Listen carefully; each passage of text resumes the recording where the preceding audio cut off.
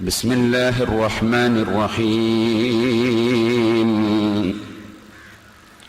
الحمد لله رب العالمين.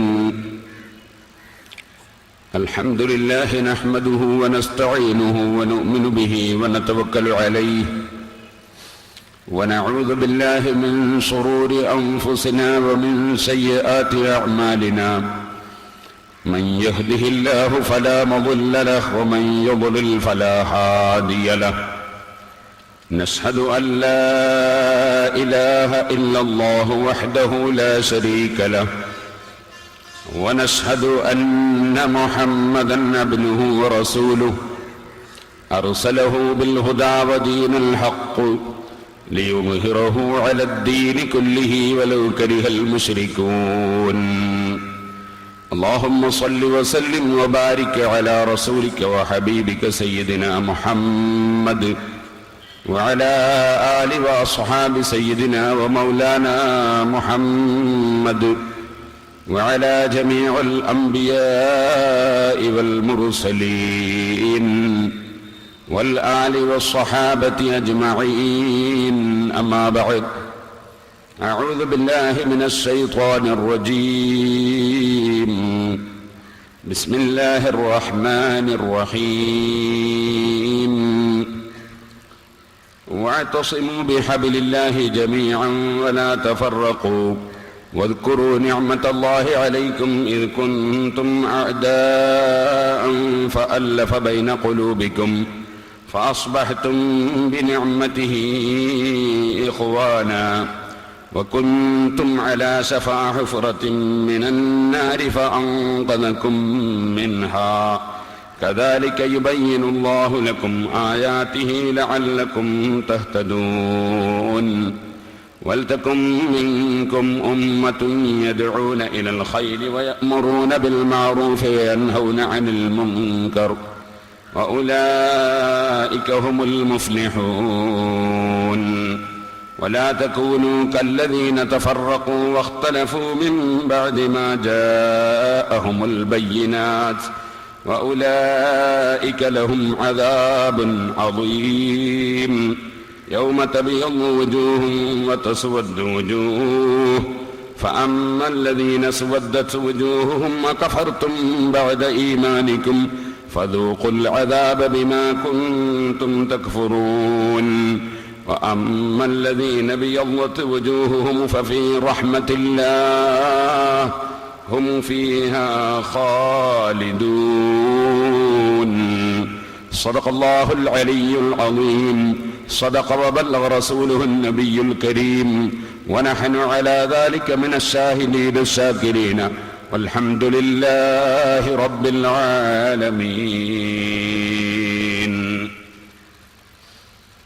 يا رب صل على من حل بالحرم، طه الرسول الذي قد خص بالكرم. يا رب بالمصطفى بلغ مقاصدنا واغفر لنا ما مضى يا واسع الكرم.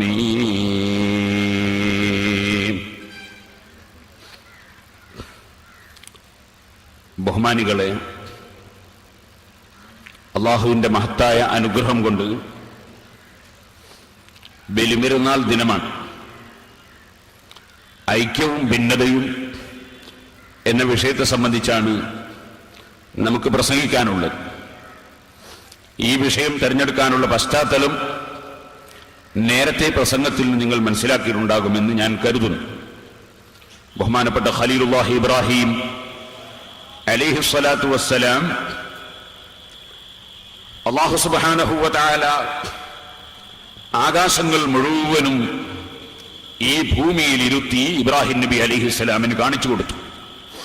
ഭൂമിയിലുള്ള എല്ലാ ഭാഗങ്ങളും ഒരു സ്ഥലത്ത് നിന്നുകൊണ്ട് തന്നെ ഇബ്രാഹിം നബി അലൈഹിസ്സലാമിന് അല്ലാഹു തആല കാണിച്ചു കൊടുത്തു. അങ്ങനെ അല്ലാഹു കാണിച്ചു കൊടുത്തത് കൊണ്ട് തന്നെ ഇബ്രാഹിം നബി അലൈഹിസ്സലാത്തു വസ്സലാം ആകാശഭൂമികളുടെ ചക്രവാളങ്ങളിലുള്ള മുഴുവൻ വിഷയങ്ങളും ഒരു സ്ഥലത്ത് ഇരുന്നു കൊണ്ട് കണ്ടു.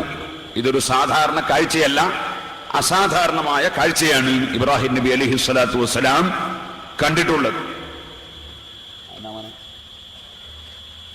ഏതെങ്കിലും മഹാന്മാർ സാധാരണ ആളുകൾ കാണുന്നതിനപ്പുറം കണ്ടാൽ പഠിച്ചവനായി പോകുന്നുള്ള പേടിയാണ്. പക്ഷെ അള്ളാഹുവിന് അത്ര വലിയ പേടി ഉണ്ടായില്ല. അതുകൊണ്ടങ്ങനെ പഠിച്ചവനായി പോകുന്നുള്ള പേടി അള്ളാഹുവിന് ഉണ്ടായില്ല. അള്ളാഹു അവന്റെ ഖുർആനിൽ പറഞ്ഞു, വകദാലിക നുരീ ഇബ്രാഹീമ മലകൂതസ് സമാവാതി വൽ അർദ് വലിയകൂന മിനൽ മുഖ്നീൻ. ഇബ്രാഹിം നബി അലൈഹിസ്സലാത്തു വസ്സലാമിന് ആകാശഭൂമികളുടെ മുഴുവൻ സാമ്രാജ്യങ്ങളും നമ്മൾ കാണിച്ചു കൊടുത്തു. കാരണം അള്ളാഹുവിന്റെ കാഴ്ച പോലെയല്ല ഇബ്രാഹിം നബി അലൈഹിസ്സലാമിന്റെ കാഴ്ച. അള്ളാഹു കാണുന്നത് സ്വയം കഴിവുകൊണ്ടും സ്വയം കാഴ്ചയും ആണ്. ഇബ്രാഹിം നബി അലൈഹിസ്സലാത്തു വസ്സലാം കാണുന്നത് അള്ളാഹു കാണിച്ചു കൊടുക്കുന്നത് കൊണ്ടാണ്. അപ്പൊ വലിയ വ്യത്യാസം വന്നുപോയി. ഒന്ന് സ്വന്തമായുള്ളതാണ്, മറ്റൊന്ന് അള്ളാഹു കൊടുത്തിട്ട് കിട്ടുന്നതാണ്. രണ്ടും തമ്മിലുള്ള വ്യത്യാസം പറയേണ്ടതില്ലല്ലോ. ഇത് പറഞ്ഞുകൊണ്ട് പരിശുദ്ധ ഖുർആൻ പറയാണ്, ഇബ്രാഹിം നബി അലൈഹിസ്സലാത്തു വസ്സലാമിന് അങ്ങനെയുള്ള മഹത്വങ്ങൾ നമ്മൾ കൊടുത്തു. ഫലമ്മാ ജന്ന അലൈഹിൽ ലൈലു റആ കൗകബൻ ഖാല ഹാദാ റബ്ബി ഫലമ്മാ അഫല ഖാല ലാ ഉഹിബ്ബുൽ ആഫിലീൻ. രാത്രിയായപ്പോ നക്ഷത്രം ഉദിച്ചുയർന്നത് കാണുന്നു. അപ്പൊ ഇബ്രാഹിം നബി അലൈഹിസ്സലാത്തു വസ്സലാം അവിടെയുള്ള ജനങ്ങൾക്ക് അവരുടെ ആശയം തെറ്റാണ് എന്ന് ബോധ്യപ്പെടുത്താൻ വേണ്ടി ഇബ്രാഹിം നബി അലൈഹിസ്സലാത്തു വസ്സലാം ആദ്യം പറഞ്ഞു, ഹാദാ റബ്ബി, ഇതെന്റെ റബ്ബാണ് എന്ന് നമ്മളൊന്ന് പറഞ്ഞു നോക്കുക. എന്നിട്ട് അത് സ്ഥിരപ്പെടുത്താൻ കഴിയോ, അത് നിലനിൽക്കുവോ ആ വാദം എന്ന് നമുക്കൊന്ന് നോക്കാം എന്ന നിലക്ക് അള്ളാഹുവിന്റെ ഖലീലായ ഇബ്രാഹിം അലൈഹിസ്സലാത്തു വസ്സലാം ഹാദാ റബ്ബി എന്ന് അവരെ പഠിപ്പിക്കാൻ വേണ്ടി പറഞ്ഞു. ഫലമ്മാ അഫല, അങ്ങനെ ആ നക്ഷത്രം അസ്തമിച്ചു പോയപ്പോ ഖാല ലാ ഉഹിബ്ബുൽ ആഫിലീൻ, ഇങ്ങനെ അസ്തമിച്ചു പോകുന്ന ഒരു സാധനത്തെ റബ്ബായി ഞാൻ ഇഷ്ടപ്പെടുന്നില്ല, അത് അംഗീകരിക്കാൻ സാധ്യമല്ല എന്ന് ഇബ്രാഹിം നബി അലൈഹിസ്സലാത്തു വസ്സലാം പറഞ്ഞു. ഇത് പരിശുദ്ധ ഖുർആനിൽ നമ്മെ അല്ലാഹു തആല പഠിപ്പിച്ചിട്ടുണ്ട്. വാസ്തവത്തിൽ ഇപ്പൊ സുന്നത്ത് ജമാഅത്തുകാരും മുജാഹിദുകളും തമ്മിലുള്ള ഏറ്റവും പ്രധാനപ്പെട്ട ഒരു തർക്കം ഇതാണ്. അതായത് പടച്ചവൻ അസ്തമിക്കുന്ന പടച്ചവനാണോ അസ്തമിക്കാത്ത പടച്ചവനാണോ എന്നുള്ളത്. അതിന്റെ പുത്തൻവാദികളൊക്കെ ഇപ്പൊ പറഞ്ഞു നടക്കുന്നു. ഇവിടെയും പറഞ്ഞതാണ്, എല്ലാ സ്ഥലത്തും പറയുന്നതാണ്, അവരുടെ പുസ്തകത്തിലൊക്കെ ഉള്ളതുമാണ്. അള്ളാഹു രാത്രിയാവുമ്പോ അർശിന്റെ മുകളിലാണ്. നേരത്തെ അള്ളാഹു ആകാശത്തിൽ ഇങ്ങനെ ഇരിക്കുകയാണ് അർശിന്റെ മുകളിൽ. ആ ഇരിക്കുന്ന പടച്ചവൻ രാത്രിയാകുമ്പോ ഒന്നാം ആകാശത്തിലേക്ക് ഇറങ്ങിങ്ങോട്ട് വരും എന്നാണ് ഇപ്പോഴത്തെ വാദം. അതങ്ങനെ ഖുർആനിലുണ്ട് എന്നാണ് ഇപ്പൊ പറയുന്നത്. എന്നാൽ ഈ വാദത്തെ സംബന്ധിച്ച് ഇമാം റാസി റളിയല്ലാഹു അൻഹു ഈ ആയത്തിന്റെ തഫ്സീറിൽ വിശദീകരിക്കുകയാണ്. അള്ളാഹു ഒരു സ്ഥലത്ത് ഇരിക്കുന്ന ജഡമാണ്. അവൻ അർശിന്റെ മേലെ നിന്ന് താഴേക്ക് രാത്രിയാകുമ്പോൾ ഇറങ്ങി വരും എന്ന് പറയുന്ന ഈ വാദം തന്നെയാണ് ഇബ്രാഹിം നബി അലൈഹിസ്സലാത്തു വസ്സലാം നേരിട്ടിരുന്ന മുശ്രിക്കുകളുടെയും വാദം. അതായത് നക്ഷത്രം റബ്ബാണ് എന്ന് പറയുമ്പോൾ അതിന്റെ അർത്ഥം ഇങ്ങനെ അങ്ങോട്ടും ഇങ്ങോട്ടും നീങ്ങുന്ന സാധനം, അതുപോലെ അസ്തമിക്കുകയും ഉദിക്കുകയും ചെയ്യുന്ന സാധനം റബ്ബാണ് എന്നാണ്. ഇബ്രാഹിം നബി അലൈഹിസ്സലാത്തു വസ്സലാം സമർത്ഥിക്കുന്നത് അങ്ങോട്ടും ഇങ്ങോട്ടും നീങ്ങുന്ന ഒരു സാധനം, അല്ലെങ്കിൽ അങ്ങോട്ടും ഇങ്ങോട്ടും നീങ്ങുന്ന ഒരാള്, അതുപോലെ ഒരിക്കൽ ഇങ്ങനെ ഉദിച്ചു കാണുന്നു, കുറച്ച് കഴിയുമ്പോൾ അസ്തമിച്ചു പോകുന്നു, ഇങ്ങനെയുള്ള ഒന്ന് റബ്ബാകാനോ അള്ളാഹു ആകാനോ പര്യാപ്തമല്ല, അത് ഒരിക്കലും തന്നെ അനുയോജ്യമല്ല. അതുകൊണ്ട് പടച്ചവനാണോ ഒരു സ്ഥലത്ത് അങ്ങോട്ടും ഇങ്ങോട്ടും നീങ്ങുക എന്നതുണ്ടാവുകയില്ല. നീങ്ങുന്ന സാധനമായോ ഒരു സ്ഥലത്ത് ഇരിക്കുന്ന സാധനമായോ അള്ളാഹുവിനെ വിശ്വസിക്കാൻ പാടില്ല എന്നതാണ് ഈ ആയത്ത് പഠിപ്പിക്കുന്ന ഒരു വിഷയമെന്ന് പ്രധാനമായി ഇമാം റാസി ഈ ആയത്തിന്റെ തഫ്സീറിൽ പറയുന്നു. ഞാനതൊന്ന് വായിച്ചു കേൾപ്പിക്കാം. ഹാദിഹിൽ ആയത്തു തദുല്ലു അലാ അന്നഹു തആല ലൈസ ബിജിസ്മിൻ, അല്ലാഹു തആല ഒരു ജഡമല്ല എന്ന് ഈ ആയത്ത് പഠിപ്പിക്കുന്നു. ഇത് ലൗ കാന ജിസ്മൻ ലകാന ഗായിബൻ അന്നാ അബദ. എന്തുകൊണ്ട് അല്ലാഹു തആല ഒരു ജഡം ആണെങ്കിൽ അല്ലാഹു എപ്പോഴും നമ്മളെ തൊട്ട് അസ്തമിച്ച സാധനമായിട്ടല്ലേ ഉള്ളൂ, നമ്മൾ കാണുന്നില്ലല്ലോ. അപ്പൊ ഒരു അസ്തമിച്ച സാധനം എന്നും അസ്തമിച്ച സാധനമായിട്ടാണ് അള്ളാഹുവിനെ സംബന്ധിച്ചപ്പോൾ വിലയിരുത്തേണ്ടത്. ഫകാന ആഫിലൻ അബദൻ, അപ്പൊ എപ്പോഴും അസ്തമിച്ചവനായി അള്ളാഹു. അപ്പൊ അതേതായിരുന്നാലും ഒരു ജഡം അള്ളാഹു ആകാൻ പര്യാപ്തമല്ല. വഅയ്ളൻ, മാത്രവുമല്ല യംതനിഉ അൻ യകൂന തആല യൻസിലു മിനൽ അർശി ഇല സമാഇ താറതൻ വയസ്അദു മിനസ് സമാഇ ഇലൽ അർശി ഉഖറ. അല്ലാഹു തആല ഒരിക്കൽ അർശിന്റെ മുകളിൽ നിന്ന് താഴോട്ട് ഇറങ്ങുക, കുറച്ച് കഴിയുമ്പോൾ അള്ളാഹു തആല കയറി അങ്ങോട്ട് പോവാ. ഇങ്ങനെ പറയുന്നതും ഒരിക്കലും ഇങ്ങനെ ഒരാശയവും പറയാനോ വിശ്വസിക്കാനോ പാടില്ല എന്ന് ഈ ആയത്ത് പഠിപ്പിക്കുന്നു. കാരണം അള്ളാഹു ഇങ്ങോട്ട് വരുന്നു, അവിടെ പ്രത്യക്ഷപ്പെടുന്ന സമയത്ത് അല്ലെങ്കിൽ വന്ന് ഇങ്ങനെ നിൽക്കുന്ന സമയത്ത് ഒരു ജഡം ഇങ്ങോട്ട് വരുന്ന സമയത്ത് അവിടെ അള്ളാഹു തആല ഉദിച്ചു എന്നായി, പിന്നെ പഠിച്ചവന് കയറി പോകുമ്പോൾ അസ്തമിച്ചു എന്നായി.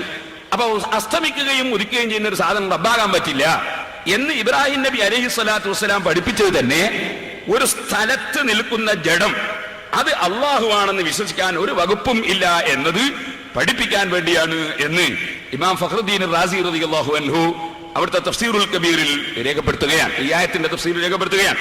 എന്നത് പറഞ്ഞു വന്നത് ഖലീലുല്ലാഹി ഇബ്രാഹിം അലൈഹിസ്സലാത്തു വസ്സലാമിനെ അനുസ്മരിക്കുന്ന ഇബ്രാഹിം നബി അലൈഹി സ്വലാമിന്റെ ആണ്ട് കഴിക്കുന്ന ഒരു സമയമാണല്ലോ ഇത്.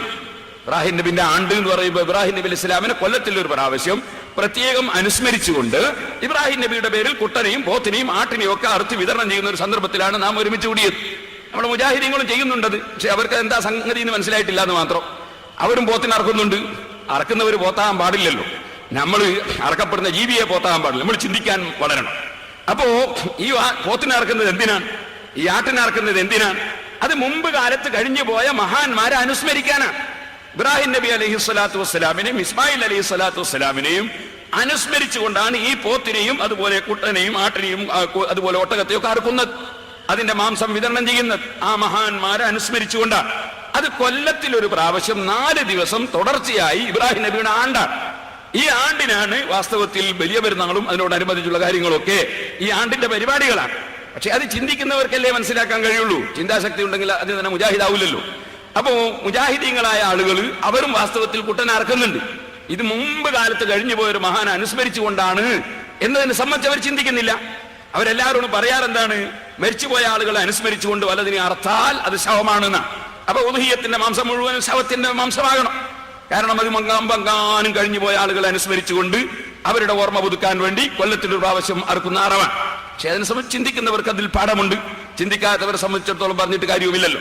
ഞാൻ എന്റെ വിഷയത്തിലേക്ക് പോകുന്നു. പറഞ്ഞു വന്നത്, ഖലീലുല്ലാഹി ഇബ്രാഹിം അലൈഹിസ്സലാത്തു വസ്സലാം അടക്കമുള്ള സർവ്വ അമ്പിയാക്കളും ഇവിടെ പഠിപ്പിച്ചത് ഒരൊറ്റ ഒരു ആശയമാണ്. ആ ആശയം ലാ ഇലാഹ ഇല്ലല്ലാഹ്, അല്ലാഹു അല്ലാതെ ആരാധിക്കപ്പെടാൻ അർഹൻ ഇല്ല എന്ന ആശയമാണ്. അത് ആ ആശയം മുറുകെ പിടിച്ചുകൊണ്ട് ലോകത്ത് പ്രചരിപ്പിച്ച പ്രവാചകന്മാർ, ആ പ്രവാചകന്മാരിൽ അവസാനമായി വന്നവരും ഏറ്റവും ശ്രേഷ്ഠരുമാണ് മുഹമ്മദുർ റസൂലുള്ളാഹി.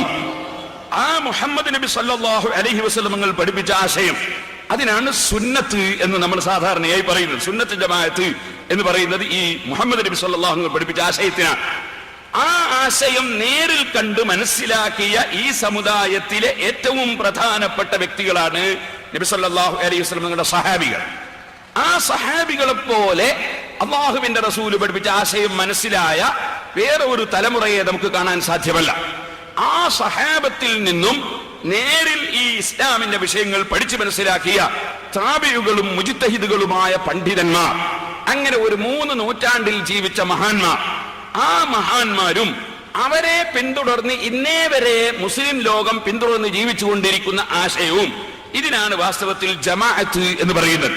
എന്ന് പറഞ്ഞാൽ സുന്നത്ത് ജമാഅത്ത് എന്ന് പറഞ്ഞാൽ അതിന്റെ അർത്ഥം തന്നെ മുഹമ്മദ് നബി സല്ലല്ലാഹു അലൈഹി വസല്ലം നിങ്ങളുടെ ആശയവും മുസ്ലിം കൂട്ടായ്മയും എന്നാണ്, മുസ്ലിം ഐക്യവും എന്നാണ്. നബി സല്ലല്ലാഹു അലൈഹി വസല്ലം മുതൽക്ക് ഇന്നേ വരെയുള്ള മുസ്ലിങ്ങളുടെ കൂട്ടായ്മ, മുസ്ലിങ്ങളുടെ ഐക്യം, അതിനാണ് ജമാഅത്ത് എന്ന് പറയുന്നത്, സുന്നത്ത് ജമാഅത്ത്. ഈ ഐക്യം തകർക്കാൻ വേണ്ടി നബി സല്ലല്ലാഹു അലൈഹി വസല്ലം തങ്ങൾ മുതൽ ഇന്ന് വരെയുള്ള മുസ്ലിമീങ്ങൾ വിശ്വസിച്ചു വരുന്ന വിശ്വാസങ്ങളെയും ആചാരങ്ങളെയും കർമ്മങ്ങളെയും ചോദ്യം ചെയ്ത് മുസ്ലിം സമുദായത്തിൽ വിള്ളലുണ്ടാക്കുക എന്നത് ഒരു വിഭാഗം ആളുകൾക്ക് ഒരു ഹോബിയാണ്, അവർക്കതൊരു തമാശയാണ്. അവരെ സംബന്ധിച്ചിടത്തോളം ഏത് തമാശക്കും പടച്ചവനോട് പ്രാർത്ഥിക്കലും അതുപോലെ തന്നെ ഏത് തമാശക്കും എന്തും പറയലും, അവർക്ക് അതിൽ കവിഞ്ഞ് മതപരമായ രംഗത്തൊരു വിശ്വാസം അവരാർജിക്കുന്നില്ല. ഈ കക്ഷികൾ ഉണ്ടാക്കുന്ന ഭിന്നതകളെ സംബന്ധിച്ചും ആ ഭിന്നത കൊണ്ട് നമ്മുടെ സമുദായത്തിനുണ്ടാകുന്ന ഭവിഷ്യത്തുകളെ സംബന്ധിച്ചും വിശദീകരിക്കുകയാണ് ഇന്നത്തെ പ്രസംഗത്തിന്റെ ഏറ്റവും പ്രധാനപ്പെട്ട ഉദ്ദേശം. അതിൽ പ്രധാനമായി ഇവിടെ നാം ഒരു 7 ദിവസത്തെ പരിപാടി നാം ഇവിടെ സംഘടിപ്പിച്ചിരുന്നു. ആ സപ്തദിന പ്രഭാഷണത്തിൽ നാം ഒരു ഹദീസാണ് 7 ദിവസവും സംസാരിച്ചത്. അത് കേട്ട ആയിരക്കണക്കിന് ആളുകൾ ഈ പ്രദേശത്തും പരിസരങ്ങളിലുമൊക്കെ ഉണ്ട്. നമ്മൾ വളരെ മാന്യമായി കിതാബുകളുടെ ഉദ്ധരണികളും പരിശുദ്ധ ഖുർആനും ഹദീസും ഒക്കെ ഉദ്ധരിച്ച് മാനമായി ഒരു 8 ദിവസത്തോളം നമ്മുടെ പരിപാടികൾ ഇവിടെ നടന്നു. എന്നിട്ട് ലാ ഇലാഹ ഇല്ലല്ലാഹ് എന്ന ദിക്ർ ഒരു വളരെ കൂടുതൽ പ്രാവശ്യം ചൊല്ലി പടച്ചവനോട് പ്രാർത്ഥിച്ചുകൊണ്ട് നമ്മൾ ഇവിടുന്ന് പിരിഞ്ഞുപോയി. അതിനുശേഷം പിന്നീട് നമുക്ക് കേൾക്കാൻ കഴിഞ്ഞത് ഒരു ഇസ്ലാഹി പ്രഭാഷണം എന്ന പേരിൽ ഒരു പ്രഭാഷണമാണ്. ഈ ഇസ്ലാഹി എന്ന പേര് ഫസാദ് ഉണ്ടാക്കുന്ന ആളുകൾ മുമ്പേ പറഞ്ഞുകൊണ്ടിരിക്കുന്ന പേരാണെന്ന് പരിശുദ്ധ ഖുർആനിൽ അല്ലാഹു തആല സൂറത്തുൽ ബഖറയിൽ പഠിപ്പിച്ചിട്ടുണ്ട്. സൂറത്തുൽ ബഖറയുടെ തുടക്കത്തിൽ തന്നെ അല്ലാഹു തആല 3 വിഭാഗം ജനങ്ങളെ സംബന്ധിച്ചാണ് പരാമർശിക്കുന്നത്. അതിലൊന്ന് മൂമിനീങ്ങളാണ്. മൂമിനീങ്ങൾ അല്ലാഹു തആല പഠിപ്പിച്ചതും മറഞ്ഞ കാര്യങ്ങളൊക്കെ വിശ്വസിക്കുന്ന ആളുകളാണ്. രണ്ടാമത്തത് ഇന്നല്ലദീന കഫറു എന്ന് പറഞ്ഞുകൊണ്ട് അബൂജഹലിനെ പോലുള്ള അവിശ്വാസികളെ സംബന്ധിച്ചാണ് പറയുന്നത്. മൂന്നാമത്തെ ഒരു കക്ഷിയുണ്ടെന്ന് അല്ലാഹു ഖുർആനിൽ പറയുന്നു, വമിനൻ നാസി മൻ യഖൂലു ആമന്നാ ബില്ലാഹി വബിൽ യൗമിൽ ആഖിരി വമാ ഹും ബിമുഅ്മിനീൻ. ഞങ്ങൾ വിശ്വസിച്ചവരാണ് എന്ന് നാവ് കൊണ്ട് പറയും, പക്ഷേ അവർ വിശ്വസിച്ചവർ അല്ല. അങ്ങനെയുള്ള ഒരു കക്ഷി, ഒരു മൂന്നാം കക്ഷിയും ഉണ്ട്. അവർ അവിശ്വാസി എന്ന് പറഞ്ഞ് അബൂജഹലിന്റെ പട്ടികയിൽ പെടുത്താൻ പറ്റുന്നില്ല, മുഅ്മിനീങ്ങളുടെയും മുത്തഖീങ്ങളുടെ പട്ടികയിൽ അതും പെടുത്താൻ പറ്റുന്നില്ല. ഇത് രണ്ടുമല്ലാത്ത ഒരു മൂന്നാം കക്ഷി ഉണ്ടെന്ന് പരിശുദ്ധ ഖുർആൻ പറയുന്നു. വമിനൻ നാസി മൻ യഖൂലു ആമന്നാ ബില്ലാഹി വബിൽ യൗമിൽ ആഖിരി വമാ ഹും ബിമുഅ്മിനീൻ. അവരുടെ മനസ്സിൽ വിശ്വാസം ഇല്ല. അവരുടെ സ്വഭാവം എന്താണ്? യുഖാദിഊന അല്ലാഹ വല്ലദീന ആമനു വമാ യഖ്ദഊന ഇല്ലാ അൻഫുസഹും വമാ യശ്ഉറൂൻ. അവർ അല്ലാഹുവിനെയും സത്യവിശ്വാസികളെയും ചതിച്ചു കളയാമെന്ന നിലക്കാണ് അവരുടെ പ്രവർത്തനം. വാസ്തവത്തിൽ അവരവരുടെ ശരീരത്തെ തന്നെയാണ് അവർ ചതിക്കുന്നത്. അവർക്കുള്ള പ്രശ്നം എന്താണ്? ഫീ ഖുലൂബിഹിം മറളുൻ. അവരുടെ ഹൃദയത്തിൽ ചില രോഗങ്ങളുണ്ട്. മാനസിക രോഗികളാണെന്നാണ് നേരർത്ഥം. അത് ഹൃദയത്തിൽ ചില രോഗങ്ങളുണ്ട്. ഔലിയാക്കളെ കണ്ടുകൂടാ, അമ്പിയാക്കളെ ബഹുമാനിച്ചുകൂടാ, അള്ളാഹ് ബഹുമാനിച്ചതിനെ ബഹുമാനിച്ചുകൂടാ, അള്ളാഹ് അംഗീകരിച്ചതിനെ അംഗീകരിച്ചുകൂടാ, മുഅ്മിനീങ്ങളുടെ ഐക്യം, മുസ്ലിമുകളുടെ ഐക്യം നിലനിർത്തിക്കൂടാ. ഇങ്ങനെ തുടങ്ങി ചില രോഗങ്ങളാണ്. ഈ രോഗമുള്ള കക്ഷികൾ ഫസാദഹുമുല്ലാഹു മറള, അവരുടെ രോഗം അള്ളാഹു വർദ്ധിപ്പിച്ചു കൊടുത്തിരിക്കുന്നു. അങ്ങനെ മനസ്സിൽ രോഗമുള്ള ഒരു കക്ഷികളുണ്ട്. വലഹും അദാബുൻ അലീമും ബിമാ കാനൂ യക്ദിബൂൻ. അവർക്ക് കഠിനമായ ശിക്ഷയുണ്ട്, വേദനിപ്പിക്കുന്ന ശിക്ഷയുണ്ട്. ബിമാ കാനൂ യക്ദിബൂൻ. കാര്യം അവർ കളവ് പറയുന്നത് കൊണ്ടാണ്. കളവേ പറയുള്ളൂ. അതവരുടെ സ്വഭാവമാണ്. ഇൻഷാ അല്ലാഹ് എന്റെ പ്രസംഗത്തിൽ ഞാൻ ഓരോന്നോരോന്നായി അവർ പറഞ്ഞ കളവുകൾ പറയുന്നതിനെ സംബന്ധിച്ചും ഇൻഷാ അല്ലാഹ് ഞാൻ പറയാം. ചില കളവുകൾ പറഞ്ഞവർ തന്നെ സമ്മതിക്കുന്നതിന്റെ സ്ക്രീനിൽ അതിന്റെ രൂപങ്ങളൊക്കെ അതും ഞാൻ കാണിച്ചു തരാം. ഞാൻ പറഞ്ഞു വരുന്നത് ബിമാ കാനൂ യക്ദിബൂൻ, കളവ് പറയലാണ് അവരുടെ ജോലി. ഖുർആനും പറയും വൈദാ ഖീല ലഹും ലാ തുഫ്സിദൂ ഫിൽ അർദ്. അവരോട് പറഞ്ഞു നിങ്ങൾ നാശം ഉണ്ടാക്കല്ല ഭൂമിയിൽ. മുമ്പേ മുസ്ലിമീങ്ങൾ ഒറ്റക്കെട്ടായി ജീവിക്കുന്ന നാടുകളിൽ നിങ്ങൾ നാശം ഉണ്ടാക്കല്ല, അതുപോലെ തന്നെ കുഴപ്പമുണ്ടാക്കണ്ട, നിങ്ങൾ വെറുതെ നാട്ടിൽ പ്രശ്നം ഉണ്ടാക്കണ്ട എന്ന് അവരോട് പറഞ്ഞാൽ ഖാലൂ ഇന്നമാ നഹ്നു മുസ്ലിഹൂൻ. അവർ പറയും ഞങ്ങൾ ഇസ്ലാഹി പ്രവർത്തകന്മാരാണ്. ഖുർആൻ വ്യക്തമായിട്ട് പഠിപ്പിക്കുന്ന ഒരു വിഷയം, ഖുർആന്റെ ഒരു മഹത്വം നോക്ക് നിങ്ങൾ. ഖാലൂ ഇന്നമാ നഹ്നു മുസ്ലിഹൂൻ, ഞങ്ങൾ ഇസ്ലാഹിന്റെ പ്രവർത്തകരാണ് എന്ന് അവർ പറയും. ഇസ്ലാഹിന്റെ പ്രവർത്തകന്മാർ ആണ്. ഇസ്ലാഹി പ്രഭാഷണം, ഇസ്ലാഹി പ്രവർത്തനം ഇങ്ങനെയാണല്ലോ ഖുർആൻ നേരത്തെ തന്നെ പറയാൻ. ഇന്നമാ നഹ്നു മുസ്ലിഹൂൻ, ഞങ്ങൾ ഇസ്ലാഹി പ്രവർത്തകന്മാരാണ് എന്നവർ പറയും. അലാ, അറിയണം, ഇന്നഹും ഹുമുൽ മുഫ്സിദൂൻ, അവർ തന്നെയാണ് നാശമുണ്ടാക്കുന്നവർ. വലാകിൻ ലാ യശ്ഉറൂൻ, പക്ഷേ അവർക്ക് ആ ബോധമില്ല കേട്ടോ. ഞങ്ങൾ ഉണ്ടാക്കുന്നത് നാശമാണ് എന്ന ബോധം അവർക്കില്ല. അവർ നാരിയത്ത് സലാത്തിനെ സംബന്ധിച്ച് നാറിയ സലാത്ത് എന്നായിരിക്കും സംസാരിക്കുന്നത്. അതുപോലെ മുഹമ്മദ് നബി സല്ലല്ലാഹു അലൈഹി വസല്ലമ തങ്ങളെ സംബന്ധിച്ച് അള്ളാഹുവിന് ഭയപ്പെടാത്ത മനുഷ്യരെന്നായിരിക്കും പറയുന്നത്. അവരുടെ ധാരണ ഞങ്ങൾ വലിയ വലിയ ഇസ്ലാഹ് നടത്തുന്ന ആളുകളാണ് എന്ന ധാരണയിലാണ് അവരുള്ളത്. വലാകിൻ ലാ യശ്ഉറൂൻ, അവർക്കറിയില്ല. വഇദാ ഖീല ലഹും ആമിനൂ കമാ ആമനൻ നാസ്, മറ്റ് ജനങ്ങൾ സഹാബത്ത് അടങ്ങുന്ന മറ്റ് ജനങ്ങൾ വിശ്വസിച്ച പോലെ നിങ്ങൾ അങ്ങ് വിശ്വസിക്കൂ, നിങ്ങൾ നാട്ടിൽ ഫസാദ് ഉണ്ടാക്കല്ല എന്നവരോട് പറഞ്ഞാൽ ഖാലൂ, അവർ പറയും അനൂമിനു കമാ ആമന സുഫഹാ, ഈ വിഡ്ഢികൾ, ഈ പോയത്തക്കാര് വിശ്വസിച്ച പോലെ വിശ്വസിക്കാനൊന്നും ഇസ്ലാഹിന്റെ ആളുകളായ ഞങ്ങളെ കിട്ടൂല കേട്ടോ എന്നാണ് അവർ മറുപടി പറയുക. അലാ, അറിയണം, ഇന്നഹും ഹുമുസ് സഫഹാഉ വലാകിൻ ലാ യഅലമൂൻ, അവരാണ് പരമവിഡ്ഢികൾ. വലാകിൻ ലാ യഅലമൂൻ, പക്ഷേ അവരതറിയുന്നില്ല, അവരാണ് പരമവിഡ്ഢികൾ എന്ന് പരിശുദ്ധ ഖുർആൻ വ്യക്തമായി പറയുന്നു. ഇതിന്റെ വിശദീകരണമാണ് ഇൻഷാ അല്ലാഹ് നമുക്ക് ശേഷം പറയാനുള്ളത്. ഞാൻ നിങ്ങളോട് പറയട്ടെ, ഇവിടെ ഒരു മൗലവി വന്നു. ആ മൗലവി മുജാഹിദുകളുടെ ഭാഷയിൽ ഷാർജ ഉസ്താദ് എന്നാണ് അയാൾ കൊണ്ട് പറയാം. ഷാർജ ഉസ്താദ് എന്ന് അയാൾക്ക് പേര് വരാൻ കാരണം ഞാൻ അദ്ദേഹത്തെ മാത്രമേ ഇന്ന് പരാമർശിക്കുന്നുള്ളൂ. കാരണം മറ്റുള്ള ആളുകളൊക്കെ ഈ പരാമർശിച്ച് ഒരുപാട് വിഷയങ്ങൾ പറയാൻ ഒരു ദിവസം കൊണ്ട് കഴിയില്ലല്ലോ. അതിന്റെ ആവശ്യമില്ല. ഒന്ന് പറഞ്ഞാൽ വല്ലുക്കസ്മാനം യുക്കൽ, ബാക്കി അതിന്റെ മേൽ ഖിയാസാക്ക. ഏറ്റവും പ്രധാനപ്പെട്ട ഒന്ന് ശരിയാക്കിയാൽ ബാക്കിയുള്ളത് വേഗം റെഡിയാവുമല്ലോ. അതുകൊണ്ട് അതിനെ സംബന്ധിച്ച് തന്നെയാണ് പറയാൻ പോകുന്നത്. നിങ്ങൾ ഓർക്കണം. സഹോദരന്മാരെ, ഈ ഷാർജ ഉസ്താദ് എന്ന് പറയുന്നത് ഞാൻ പുല്ലൂക്കര ജമാഅത്ത് പള്ളിയിൽ ഓതി പഠിക്കുന്ന കാലത്ത് കടവത്തൂരിൽ വെച്ച് ഞാനുമായി കുറെ ഖണ്ഡന പ്രസംഗം നടത്തിയിരുന്നു. അങ്ങനെ അന്ന് ഞാൻ ചോദിച്ച ചോദ്യങ്ങൾക്കൊന്നും മറുപടി പറയാൻ കഴിയാതെ ആയപ്പോ പിന്നെ ആ കടവത്തൂർ ഭാഗത്തുള്ള ആരോ വിസ കൊടുത്തങ്ങ് കൂട്ടിയതാണെന്ന് എനിക്ക് തോന്നുന്നത്. ഏതായിരുന്നാലും അങ്ങനെ അദ്ദേഹം ഷാർജയിലെത്തി. ഷാർജയിലെത്തിയതിനു ശേഷം അവിടെയും അദ്ദേഹത്തിന്റെ ഈ ഫസാദ് പ്രവർത്തനം ഇങ്ങനെ തുടങ്ങി പ്രവർത്തിച്ചുകൊണ്ടിരിക്കുകയാണ്. ഇപ്പൊ അവസാനമായി നാദാപുരത്ത് നമ്മുടെ സുന്നത്ത് ജമാഅത്തിന്റെ ആശയപ്രചരണ രംഗത്തുള്ള പ്രവർത്തനങ്ങൾ കണ്ടപ്പോ യാതൊരു നിവൃത്തിയില്ലാതെ ആയപ്പോ കൂട്ടിക്കൊണ്ടുവന്നാണ് അദ്ദേഹത്തെ. വളരെ സന്തോഷമുണ്ട്. ഞാൻ അദ്ദേഹത്തോട് വളരെ സ്നേഹത്തോടു കൂടി ആദ്യമായി പറയാണ്, അദ്ദേഹം ഇനിയും വരണം. ഞാൻ ഈ വിഷയത്തിന് ഒരുങ്ങിക്കഴിഞ്ഞിരിക്കുന്നു. ആ മൗലവി ഇനിയും വരണം. നമുക്ക് ഒരു നീണ്ട ഖണ്ഡന പ്രസംഗം നമ്മുടെ വാഴക്കാട്ട് 9 പ്രാവശ്യം നടത്തിയിട്ട് അഖ്സാമുൽ ലദ്ദാത്തുകാരന് ഞാൻ ലദ്ദത്ത് മനസ്സിലാക്കി കൊടുത്തതുപോലെ ഇൻഷാ അല്ലാഹ് ഈ മൗലവിക്കും ഇതിന്റെ ഈ ഖണ്ഡന പ്രസംഗത്തിന്റെ രസം, ലദ്ദത്ത് തന്നെ രസം എന്നാണ്. ആ രസം ഇൻഷാ അല്ലാഹ് ഞാൻ നന്നായി, അള്ളാഹു എനിക്ക് ആയുസ്സും ആരോഗ്യവും തന്നെങ്കിൽ ഞാൻ മനസ്സിലാക്കി തരും. അതുകൊണ്ട് ആ മൗലവിയെ ഇനിയും മുജാഹിദുകൾ കൊണ്ടുവരികയും ആ മൗലവിയും ഞാനുമായിട്ട് തന്നെ ആകണം നമ്മുടെ പരിപാടി. കാരണം പിന്നെ ആള് മാറി, പിന്നെ ഞാൻ പറഞ്ഞല്ല മറ്റേയാൾ പറഞ്ഞല്ല അതൊന്നും പറയരുത്. അയാൾ തന്നെയായിരിക്കും, ഞാൻ ഇൻഷാ അല്ലാഹ് ഞാൻ തന്നെയായിരിക്കും വരുന്നത്. അതുകൊണ്ട് ആ മൗലവിയെ എനിക്ക് ഷാർജയിലാവുമ്പോ അവിടെ കുറെ നിയമപ്രശ്നങ്ങളൊക്കെ ഉണ്ട്. ഇവിടെ അങ്ങനത്തെ നിയമപ്രശ്നങ്ങളൊന്നുമില്ല. അതുകൊണ്ട് ഇന്ത്യ രാജ്യമാണ്, സ്വതന്ത്ര രാജ്യമാണ്. ആരും ചീത്ത പറയും തെറിവറിയൊന്നും വേണ്ട. തെളിവുകൾ മുഖേന നമുക്ക് മുജാഹിദിന്റെ തെളിവുകളൊക്കെ നമുക്കൊന്ന് കേൾക്കാം, സുന്നത്ത് ജമാഅത്തിന്റെ തെളിവുകളൊക്കെ നമുക്കൊന്ന് കേൾക്കാം. എന്നിട്ട് നമുക്ക് നന്നായി ഒരു നീണ്ട ഖണ്ഡന പ്രസംഗം. ആ ഖണ്ഡന പ്രസംഗത്തിന് ഞാൻ അദ്ദേഹത്തെ ഇപ്പോൾ തന്നെ സ്വാഗതം ചെയ്തിരിക്കുന്നു. പിന്നെ അദ്ദേഹം എന്നെ ഒന്ന് വെല്ലുവിളിച്ചിട്ടുണ്ട്. പേരോട് അബ്ദുറഹ്മാൻ സഖാഫി ജാമിഉ കറാമാത്തിൽ ഔലിയാ എന്ന ഗ്രന്ഥം അത് ഞാനും അയാളും ഇരുന്ന് ഒന്ന് വായിക്കാൻ തയ്യാറുണ്ടോ, അർത്ഥം പറയാൻ തയ്യാറുണ്ടോ? പേരോടിനെ ഞാൻ വെല്ലുവിളിക്കുന്നു എന്ന് അദ്ദേഹം വെല്ലുവിളിച്ചിട്ടുണ്ട്. ആ വെല്ലുവിളി 1000 കുതിരശക്തിയോടുകൂടെ ഞാൻ സ്വീകരിച്ചിരിക്കുന്നു. ആ മൗലവിയെ കിട്ടുമെങ്കിൽ ഇന്ന് തന്നെ കൊണ്ടുവന്നാൽ സ്വാഗതാർഹമാണ്. ഇനി അല്ല മറ്റൊരു ദിവസമാണെങ്കിലും ജാമിഉ കറാമത്തിൽ ഔലിയാ അദ്ദേഹം കൊണ്ടുവരേണ്ടതില്ല, എന്റെ കൈവശത്തിലുണ്ട്. ഇൻഷാ അല്ലാഹ് നമുക്കത് വായിച്ച്, അദ്ദേഹം വായിക്കും, ഞാൻ അർത്ഥം പറയണമെന്നാ പറഞ്ഞു. അങ്ങനെ ആകുമ്പോൾ ഒരു തകരാറുണ്ട്, അയാൾ വായിക്കുന്നൊക്കെ തെറ്റാണ് കേട്ടത്. അതുകൊണ്ട് ഞാൻ വായിക്കാം, അദ്ദേഹം അർത്ഥം പറഞ്ഞാൽ മതി. കാരണം ആ വായിക്കാൻ അയാൾക്ക് അറിയില്ല, അയാൾ അൽഫി ഓതിയിട്ടില്ല എന്നുള്ളത് അദ്ദേഹത്തിന്റെ പ്രസംഗം വെച്ചുകൊണ്ട് ഞാൻ തെളിയിച്ചു തരും. അദ്ദേഹം വായിച്ച വ്യാകരണത്തിലുള്ള തെറ്റ് മുഴുവനും ഞാൻ തെളിയിച്ചു തരും. അതുകൊണ്ട് വായിക്കൽ ഇൻഷാ അല്ലാഹ് ഞാൻ വായിക്കാം, അദ്ദേഹം അർത്ഥം പറഞ്ഞാൽ മതി. കാരണം നിങ്ങൾ മലയാളം കൊണ്ട് കളിച്ചാൽ മതി, നിങ്ങൾക്ക് ഖുത്ബാറൊക്കെ മലയാളമാണല്ലോ, നമ്മൾ അറബി നമ്മളായിക്കോളും. അങ്ങനെ ഞാൻ വായിക്കും, നിങ്ങൾ അർത്ഥം പറഞ്ഞാൽ മതി. പക്ഷെ അർത്ഥം പറയുമ്പോൾ എന്റെ മുന്നിൽ വെച്ച് പറയണം, കാരണം അപ്പൊ കക്കാൻ കഴിയില്ല, അപ്പൊ തീർത്തും പറയേണ്ടി വരും. അതിനാണ് എന്റെ മുന്നിൽ വെച്ച് പറയണം. അതുകൊണ്ട് അദ്ദേഹത്തിന്റെ വെല്ലുവിളി ഞാൻ സ്വീകരിച്ചിരിക്കുന്നു. നാദാപുരം ഭാഗത്തുള്ള എല്ലാ മുജാഹിദുകളും ജാഗ്രത പാലിക്കുക. ഉടനെ തന്നെ അദ്ദേഹത്തെ കിട്ടുന്ന ദിവസം എന്നെ അറിയിക്കുക. ഞാൻ ഈ കാര്യം നിങ്ങളെ അറിയിച്ചിരിക്കുന്നു. യാ അയ്യുഹല്ലദീന ആമനൂ, ഓ വിശ്വസിച്ച ജനങ്ങളെ, ഇത്തഖുല്ലാഹ ഹഖ്ക തുഖാതിഹി, നിങ്ങൾ അല്ലാഹുവിനെ സൂക്ഷിക്കേണ്ട മുറപ്രകാരം സൂക്ഷിക്കണം.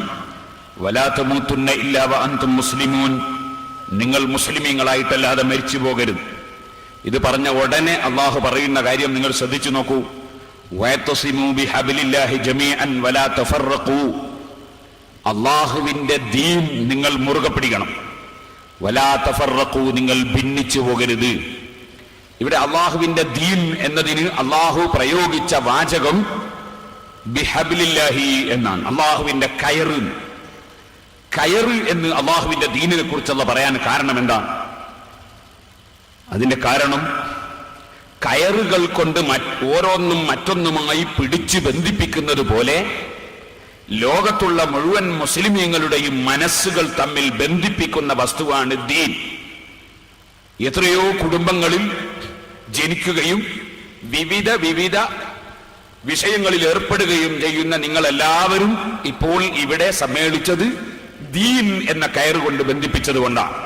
നമ്മളെ ബന്ധിപ്പിച്ചത് ദീൻ എന്ന് പറയുന്ന ഒരു കയറാണ്. അതുകൊണ്ടാണ് പരിശുദ്ധ ഖുർആൻ കയറ് മുറുകെ പിടിക്കണം എന്നർത്ഥം വരുന്ന വാചകം പറഞ്ഞത്. അതിന്റെ ഉദ്ദേശം പണ്ഡിതന്മാർ പറഞ്ഞു, അള്ളാഹുവിന്റെ ദീൻ നിങ്ങൾ മുറുകെ പിടിക്കണം, ജമീഅൻ, എല്ലാവരും. വലാ തഫറഖൂ, നിങ്ങൾ ഭിന്നിച്ചു പോകരുത്, ഐക്യത്തോടെ പോകണം. വദ്കുറൂ നിഅമത്തുല്ലാഹി അലൈക്കും ഇദ് കുൻതും അദാഅൻ ഫഅല്ലഫ ബൈന ഖുലൂബിക്കും ഫഅസ്ബഹതും ബിനിഅമതിഹി ഇഖ്വാന. ഞാൻ നേരത്തെ പറഞ്ഞതുപോലെയുള്ള വിശ്വാസമില്ലാത്ത ചില ജനങ്ങൾ മുസ്ലിമീങ്ങളായ ആളുകൾക്കിടയിലുള്ള ചെറിയ പ്രശ്നങ്ങൾ ശാഖാപരമായ അതുപോലെ തറവാടുപരമായ വിഷയങ്ങളൊക്കെ എടുത്തു വലിച്ചിട്ട് മുസ്ലിമീങ്ങളെ ഭിന്നിപ്പിക്കാൻ വേണ്ടി ശ്രമിച്ചപ്പോൾ മതരംഗത്ത് അവർ ഭിന്നിക്കാൻ ഒരു വകുപ്പും ഉണ്ടാകരുത് എന്ന നിലക്ക് അള്ളാഹു പറയുകയാണ്, നിങ്ങൾ മുമ്പ് ഭിന്നിച്ചവരായിരുന്നു, നിങ്ങളെ മതത്തിന്റെ പേരിൽ അള്ളാഹു നിങ്ങളെ യോജിപ്പിച്ചതാണ്. അതുകൊണ്ട് തന്നെ മുമ്പ് നിങ്ങൾ ശത്രുക്കളായിരുന്നു, ഇപ്പോൾ നിങ്ങൾ ഒരേ ആശയത്തിന്റെ ആളുകളാണ്. നിങ്ങൾ ഒരിക്കലും തന്നെ ഭിന്നിക്കരുത്.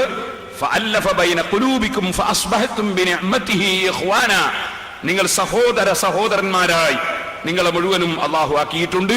നിങ്ങൾ ആ സാഹോദര്യ ബന്ധത്തിൽ ഇസ്ലാം ദീൻ മുറുകെ പിടിച്ച് നിങ്ങൾ ഒറ്റക്കെട്ടായി നീങ്ങണം. നിങ്ങൾ നരകത്തിന്റെ വക്കിലായിരുന്നു, അള്ളാഹുവോട് നിങ്ങളെ രക്ഷപ്പെടുത്തിയതാണ്. നിങ്ങൾ സന്മാർഗം പ്രാപിക്കാൻ അള്ളാഹു അവന്റെ ദൃഷ്ടാന്തങ്ങൾ നിങ്ങൾക്ക് ആ നിലക്ക് വിവരിച്ചു തരികയാണ്. ഇത് പറഞ്ഞ ഉടനെ അള്ളാഹു പിന്നെ പറയുന്നത് എന്താ? ആദ്യം പറഞ്ഞത് മുസ്ലിമായിട്ടേ മരിക്കാവൂ.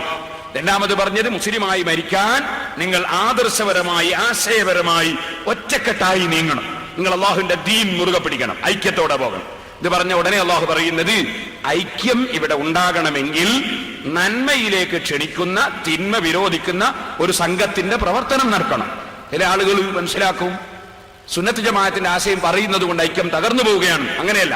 സുന്നത്ത് ജമാഅത്തിന്റെ ആശയം പറയുന്ന ഒരു കക്ഷികൾ ഇവിടെ ഇല്ലെങ്കിൽ മുസ്ലിങ്ങളെ മുഴുവനും സുന്നത്ത് ജമാഅത്തിന്റെ വിരോധികൾ ഛിന്ന ഭിന്നമാക്കി കളി. അതുകൊണ്ട് അള്ളാഹു പറയാൻ, വൽതകും മിൻകും ഉമ്മത്തുൻ യദ്ഊന ഇലൽ ഖൈർ, നന്മയിലേക്ക് ക്ഷണിക്കുന്ന ഒരു സംഘം, ഒരു സമൂഹം നിങ്ങളിൽ ഉണ്ടാകണം. വയഅ്മുറൂന ബിൽ മഅറൂഫ്, നല്ലതുകൊണ്ട് അവർ കൽപ്പിക്കണം. ജനങ്ങൾക്കിടയിൽ മുസ്ലിമീങ്ങൾക്കിടയിൽ അറിയപ്പെട്ട കാര്യങ്ങളെ കൊണ്ട് അവർ കൽപ്പിക്കണം.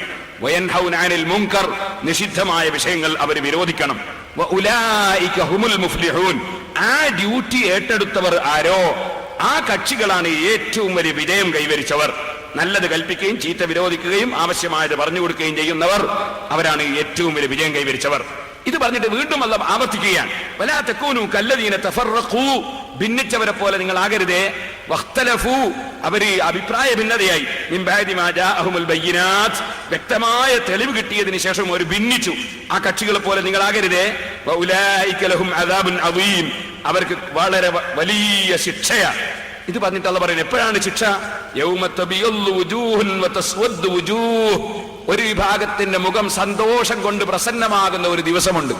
ഖിയാമത്ത് നാളിൽ അള്ളാഹുവിന്റെ പൊരുത്തത്തിന് വേണ്ടി മാത്രം ദീനീ പ്രവർത്തനം നടത്തുകയും അള്ളാഹുവിന്റെ കൽപ്പനകൾ അനുസരിച്ച് ജീവിക്കുകയും ചെയ്ത ഈമാനും തഖ്വയുമുള്ള മുത്തഖീങ്ങൾ, അള്ളാഹു സാധുക്കളായ നമ്മെ അതിൽ ഉൾപ്പെടുത്തുമാറാകട്ടെ.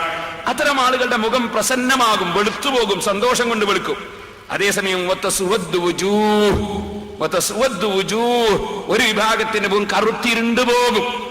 ഈ കക്ഷികൾ ആരാണ്? ഈ കക്ഷികളെ സംബന്ധിച്ച് ഈ ബഹുമാനപ്പെട്ട അബ്ദുല്ലാഹി ഇബ്നു അബ്ബാസ് റളിയല്ലാഹു അൻഹു, ഖുർആൻ വ്യാഖ്യാതാക്കളുടെ നേതാവായ സ്വഹാബത്തിന്റെ കൂട്ടത്തിൽ വലിയ പ്രഗൽഭനായ ഇബ്നു അബ്ബാസ് റളിയല്ലാഹു അൻഹു പറയുന്നു, യാനി, അല്ലാഹു ഉദ്ദേശിക്കുന്നത് യൗമൽ ഖിയാമ, ഈ ദിവസം ഒരു വിഭാഗത്തിന്റെ മുഖം സന്തോഷം കൊണ്ട് വെളുക്കും, ഒരു വിഭാഗത്തിന്റെ മുഖം സന്തോഷം കൊണ്ട് കറുക്കും എന്ന് പറഞ്ഞ ഈ ദിവസം ഖിയാമത്ത് നാളാണ്. അതെന്തേ? ഹീന തബിയല്ലു വുജൂഹു അഹ്ലിസ് സുന്നത്തി വൽ ജമാഅ, സുന്നത്ത് ജമാഅത്തുകാരുടെ മുഖം അന്ന് സന്തോഷം കൊണ്ട് പ്രസന്നമാണ്. സുന്നത്ത് ജമാഅത്തുകാരൊക്കെ സന്തോഷം കൊണ്ട് വെളുക്കുകയാണ് അവരുടെ മുഖം. വതസ്വദ്ദു വുജൂഹു അഹ്ലിൽ ബിദ്അത്തി വൽ ഫിർഖ, സുന്നത്ത് ജമാഅത്തിന്റെ വിരോധികളുടെ മുഖം അന്ന് വ്യസനം കൊണ്ടും സങ്കടം കൊണ്ടും കറുത്തു പോവുകയാണ്. അതേ മുസ്ലിമീങ്ങൾക്കിടയിൽ ഭിന്നിപ്പുണ്ടാക്കുന്ന സുന്നി വിരുദ്ധരായ ആളുകളുടെ മുഖം അന്ന് കറുത്തു പോവുകയാണ്. ഇബ്നു അബ്ബാസ് റളിയല്ലാഹു അൻഹുമാ, ഇബ്നു അബ്ബാസ് റളിയല്ലാഹു അൻഹു പറഞ്ഞ തഫ്സീർ ഹാഫിദ് ഇബ്നു കസീർ അദ്ദേഹത്തിന്റെ തഫ്സീറിൽ ഉദ്ധരിക്കുകയാണ്. അപ്പോൾ യൗമ തബിയല്ലു വുജൂഹുൻ വതസ്വദ്ദു വുജൂഹ്, നിങ്ങൾ അഹ്ലുസ് സുന്നത്തി വൽ ജമാഅത്തിന്റെ ആളുകളുടെ മുഖം സന്തോഷം കൊണ്ട് വെളുക്കുന്ന ഒരു ദിവസം, സുന്നത്തിന്റെ വിരോധികളുടെ മുഖം കറുത്തിരുണ്ടു പോകുന്ന ഒരു ദിവസം. അല്ലാഹു പറയാൻ, ഫഅമ്മല്ലദീന സുവദ്ദതു വുജൂഹുഹും, അന്ന് മുഖം കറുത്തിരുണ്ടു പോകുന്ന സുന്നി വിരുദ്ധരായ ആളുകൾ, അകഫർതും ബഅദ ഈമാനികും ഫദൂഖുൽ അദാബ ബിമാ കുൻതും തക്ഫുറൂൻ, നിങ്ങൾ ഉറച്ച ഈമാൻ ഉണ്ടായിരുന്നു, നിങ്ങൾ സുന്നികളായിരുന്നു, നിങ്ങൾ ആ സുന്നിയിൽ നിന്ന് രാജിവെച്ച് പുത്തൻവാദത്തിലേക്ക് പോയവരല്ലേ, നിങ്ങൾ ഈമാൻ വിട്ട് നിങ്ങൾ അവിശ്വാസത്തിലേക്ക് പോയവരല്ലേ. അകഫർതും ബഅദ ഈമാനികും, നിങ്ങളെ ഈമാനിന്റെ ശേഷം നിങ്ങൾ അതാ വിശ്വാസത്തിലേക്ക് നീങ്ങിയതല്ലേ എന്നവരോട് പറയപ്പെടും. നിങ്ങൾ നേരത്തെ സുന്നത്ത് ജമാഅത്തുകാരല്ലേ, നിങ്ങൾ അതിൽ നിന്ന് പിരിഞ്ഞു പോയവരല്ലേ എന്നവരോട് ചോദിക്കപ്പെടും. ഫദൂഖുൽ അദാബ ബിമാ കുൻതും തക്ഫുറൂൻ, നിങ്ങൾ ഈ അവിശ്വാസം കാണിച്ച കാരണം കൊണ്ട് ശിക്ഷ നന്നായി രുചി നോക്കിക്കോളൂ എന്നവരോട് പറയും. എന്നാൽ മുഖം സന്തോഷം കൊണ്ട് വെളുക്കുന്ന സുന്നത്ത് ജമാഅത്തുകാരായ ആളുകൾ ഫഫീ റഹ്മത്തില്ലാഹി ഹും ഫീഹാ ഖാലിദൂൻ, അവർ അല്ലാഹുവിന്റെ അനുഗ്രഹത്തിന്റെ ഭവനമായ സ്വർഗത്തിൽ കാലകാലം താമസിക്കുന്നവർ തന്നെ. പരിശുദ്ധ ഖുർആൻ നമ്മെ പഠിപ്പിക്കുകയാണ്. അപ്പൊ സഹോദരന്മാരെ, നിങ്ങൾ ഓർക്കണം, അഹ്ലുസുന്നത്തി വൽ ജമാഅ അവര് മാത്രമേ ഖിയാമത്ത് നാളിൽ മുഖം സന്തോഷം കൊണ്ട് വെളുക്കുന്നവരുള്ളൂ. സുന്നത്ത് ജമാഅത്തിന്റെ വിരോധികൾ മുഖം കറുത്തിരുണ്ടു പോകുന്നവരാണെന്ന് പരിശുദ്ധ ഖുർആൻ പഠിപ്പിക്കുന്നു. ഇബ്നു അബ്ബാസ് റളിയല്ലാഹു അൻഹു പറഞ്ഞ തഫ്സീർ ഹാഫിദ് ഇബ്നു കസീർ അദ്ദേഹത്തിന്റെ തഫ്സീറിൽ എടുത്തു ഉദ്ധരിക്കുന്നു. ഞാനിത് പറഞ്ഞു വന്നത്, ഈ സുന്നത്ത് ജമാഅത്തും ഇതര പ്രസ്ഥാനങ്ങളും എന്ന് പറയുമ്പോ അത് എന്തോ ഒരു ചെറിയ ഒരു വിഷയമാണെന്ന്, അത് നമ്മുടെ ഏതെങ്കിലും മറ്റ് വിഷയങ്ങളിലുള്ള തർക്കം പോലെയാണെന്ന് നിങ്ങൾ തെറ്റിദ്ധരിക്കരുത്. ഇതൊരു അടിസ്ഥാനപരമായ വിഷയമാണ്. ഖിയാമത്ത് നാളിൽ വിജയം കൈവരിക്കുന്നവർ സുന്നത്ത് ജമാഅത്തുകാർ മാത്രം. ഖുർആൻ പഠിപ്പിക്കുകയാണ്, ഞാൻ പറയുന്നതല്ല. അല്ലാഹുവിന്റെ ഖുർആൻ നമ്മളെ പഠിപ്പിക്കുകയാണ്. അതേസമയം അന്ന് മുഖം കറുത്തിരുണ്ടു പോകുന്നവർ സുന്നത്ത് ജമാഅത്തിന്റെ വിരുദ്ധ ചേരിയിലുള്ളവർ. ഇത് ഈ ആയത്തിന്റെ തഫ്സീർ ഏറ്റവും വലിയ പ്രശസ്തനായ സഹാബത്തിന്റെ കൂട്ടത്തിൽ തന്നെയും ഏറ്റവും അറിയപ്പെട്ട റഈസുൽ മുഫസ്സിരീൻ അബ്ദുല്ലാഹി ഇബ്നു അബ്ബാസ് റളിയല്ലാഹു അൻഹു പറഞ്ഞ തഫ്സീർ ഇബ്നു കസീറിൽ അടക്കം എല്ലാ കിതാബുകളിലും കാണാം. അതാണ് ഞാൻ നിങ്ങൾക്ക് വായിച്ചു കേൾപ്പിച്ചത്. അപ്പൊ സുന്നത്ത് ജമാഅത്തുകാരാവുക എന്നത് അത് ഏറ്റവും പ്രധാനപ്പെട്ട ഒരു വിഷയമാണ്. ഹാഫിദ് ഇബ്നു കസീർ റഹ്മത്തുള്ളാഹി അലൈഹി അവിടുത്തെ തഫ്സീറുൽ കബീറിൽ ഇത് വ്യക്തമായി നമ്മെ പഠിപ്പിക്കുകയാണ്. സുന്നത്ത് ജമാഅത്തുകാർ മാത്രമേ ഖിയാമത്ത് നാളിൽ രക്ഷപ്പെടുന്നുള്ളൂ. അല്ലാത്തവരെല്ലാം ഖിയാമത്ത് നാളിൽ മുഖം കറുത്തിരുണ്ടു പോവുകയാണ്. ആഖിറത്തിൽ വിശ്വസിക്കുന്നവർ ഇതിന്റെ ഗൗരവം മനസ്സിലാക്കണമെന്നാണ് ഞാൻ തുടക്കത്തിൽ തന്നെ പറഞ്ഞതിനർത്ഥം. ഇത് തമാശ പറയാനുള്ള വിഷയമല്ല, ഇത് നമുക്ക് കളിയാക്കാനുള്ള വിഷയമല്ല, ഇത് നമ്മുടെ ഈമാനിന്റെ വിഷയമാണ്, ആഖിറത്തിലെ ജീവിതത്തിന്റെ വിഷയമാണ്. ഈ ബോധത്തോടു കൂടി വിഷയത്തെ സമീപിക്കാൻ നമ്മൾ തയ്യാറാകണം എന്ന് ആമുഖമായി ഞാൻ എല്ലാവരോടും ഓർമ്മപ്പെടുത്തുകയാണ്. സഹോദരന്മാരെ, മുസ്ലിമീങ്ങളെ ഭിന്നിപ്പിച്ചതിന്റെ രൂപങ്ങൾ ഞാൻ പല സ്ഥലത്തും പറഞ്ഞിട്ടുണ്ട്. ഒറ്റ വാക്കിൽ ഇവിടെയും പറഞ്ഞു തീർക്കുന്നു. ഇപ്പൊ നിങ്ങൾ നോക്കൂ, മക്ക ശരീഫിലേക്കാണ് നമ്മളെല്ലാവരും തിരിഞ്ഞു നിസ്കരിച്ചത് അല്ലേ? ആ മക്കയിൽ ജുമുഅ നടക്കുന്നില്ലേ? അവിടെ ജുമുഅക്ക് 2 ബാങ്കല്ലേ? ഈ നാദാപുരത്ത് എങ്ങനെ ആ മാർക്കറ്റിന്റെ അപ്പുറത്ത് ഒരു പള്ളി എന്ന പേരിൽ ഒരു ബിൽഡിംഗ് ഉണ്ടാക്കിയിട്ട് അവിടെ എങ്ങനെ ജുമുഅക്ക് ഒറ്റ ബാങ്കായി? നിങ്ങൾ ചിന്തിക്കണം, ആരാണ് ഇവിടെ മുസ്ലിമുകളെ ഭിന്നിപ്പിക്കുന്നതും ചിന്തിക്കാൻ ഞാൻ പറയും. മക്കയിലും മദീനയിലും ലോകരാഷ്ട്രങ്ങളിൽ മുഴുവനും ജുമുഅക്ക് ബാങ്ക് 2 അല്ലേ? ഇവിടെ ഈ നാദാപുരത്ത് ഒരു മൂലയിൽ എങ്ങനെ ഒന്നായി? എത്ര വലിയ ആലിമ്യങ്ങൾ ജീവിച്ച് മരിച്ചു പോയിട്ടുണ്ട് ഇവിടെ, എത്ര ഔലിയാക്കൾ ജീവിച്ചിട്ടുണ്ട് ഇവിടെ. അവർക്കാർക്കും കാണാത്ത ഒരു മതം എങ്ങനെ ഇവർക്ക് കിട്ടി? ഇനി നിങ്ങൾ നോക്കൂ, ഇവിടെ വന്ന സലഫി മൗലവി ഉണ്ടല്ലോ, ആ മൗലവി പ്രസംഗത്തിന്റെ തുടക്കത്തിൽ ആളുകളെ കബളിപ്പിക്കാൻ വേണ്ടി അദ്ദേഹം പറയാണ്, സഹാബത്തിനെ പിന്തുടർന്ന് ജീവിക്കണം. കേട്ടപ്പോ തമാശ തോന്നി. സഹാബത്തിനെ പിന്തുടർന്ന് ജീവിക്കണം. നമ്മുടെ പ്രസംഗത്തിന്റെ ചില ഭാഗങ്ങൾ മൂപ്പര് നമ്മൾ അങ്ങോട്ട് കോപ്പി അടിക്കുകയാണ്. എന്തിന്? തുടക്കത്തിൽ അതൊക്കെ പറഞ്ഞ ആളുകളെ ഒന്ന് പിടിച്ചു നിർത്താൻ. എന്നാൽ ഞാൻ നിങ്ങളോട് ചോദിക്കട്ടെ, സഹാബത്തിനെ പിന്തുടരണം എന്ന് അദ്ദേഹം പറഞ്ഞത് ആത്മാർത്ഥമായിട്ടാണോ? എന്നാൽ മഹാന്മാരായ സഹാബികൾ, ആ സഹാബികൾ 2 ബാങ്ക് ജുമുഅക്ക് കൊടുത്തിട്ടില്ലേ? ജുമുഅക്ക് 2 ബാങ്ക് കൊടുത്തിട്ടില്ലേ? സുന്നികളായ ഞങ്ങളുടെ മാലയും മൗലിദും ജാമിഉൽ കറാമത്തിൽ ഔലിയവും ഒക്കെ ഇൻഷാ അല്ലാഹ് ഞാൻ പറയാം. അതിനു മുമ്പ് ഞാൻ വിനയത്തോടെ ചോദിക്കാൻ, നിങ്ങൾ സഹാബത്തിനെ പിന്തുടരണം എന്നല്ലേ ഇവിടുത്തെ പ്രസംഗത്തിൽ തുടക്കത്തിൽ പറഞ്ഞത്? ആ സഹാബത്ത് ജുമുഅക്ക് 2 ബാങ്ക് കൊടുത്തതായി സഹീഹുൽ ബുഖാരിയുടെ 916 നമ്പർ ഹദീസിൽ ഇല്ലേ? ഒന്നുകിൽ ഇല്ല എന്ന് പറയണം, അല്ലെങ്കിൽ ഉണ്ടെന്ന് പറയണം മൗലവിമാർ. സഹീഹുൽ ബുഖാരിയിൽ അതുണ്ടോ ഇല്ലേ? ജുമുഅക്ക് 2 ബാങ്ക് കൊടുത്തതായി ഉണ്ടോ ഇല്ലേ? സഹാബത്ത് കൊടുത്തു എന്ന് ബുഖാരിയിൽ ഇല്ലേ? അത് സഹാബത്തിൽ തന്നെ പറഞ്ഞിട്ടില്ലേ? സായിബ് ഇബ്നു യസീദ് റളിയല്ലാഹു അൻഹുവിന്റെ ഹദീസ് ബുഖാരിയിൽ ഇല്ലേ?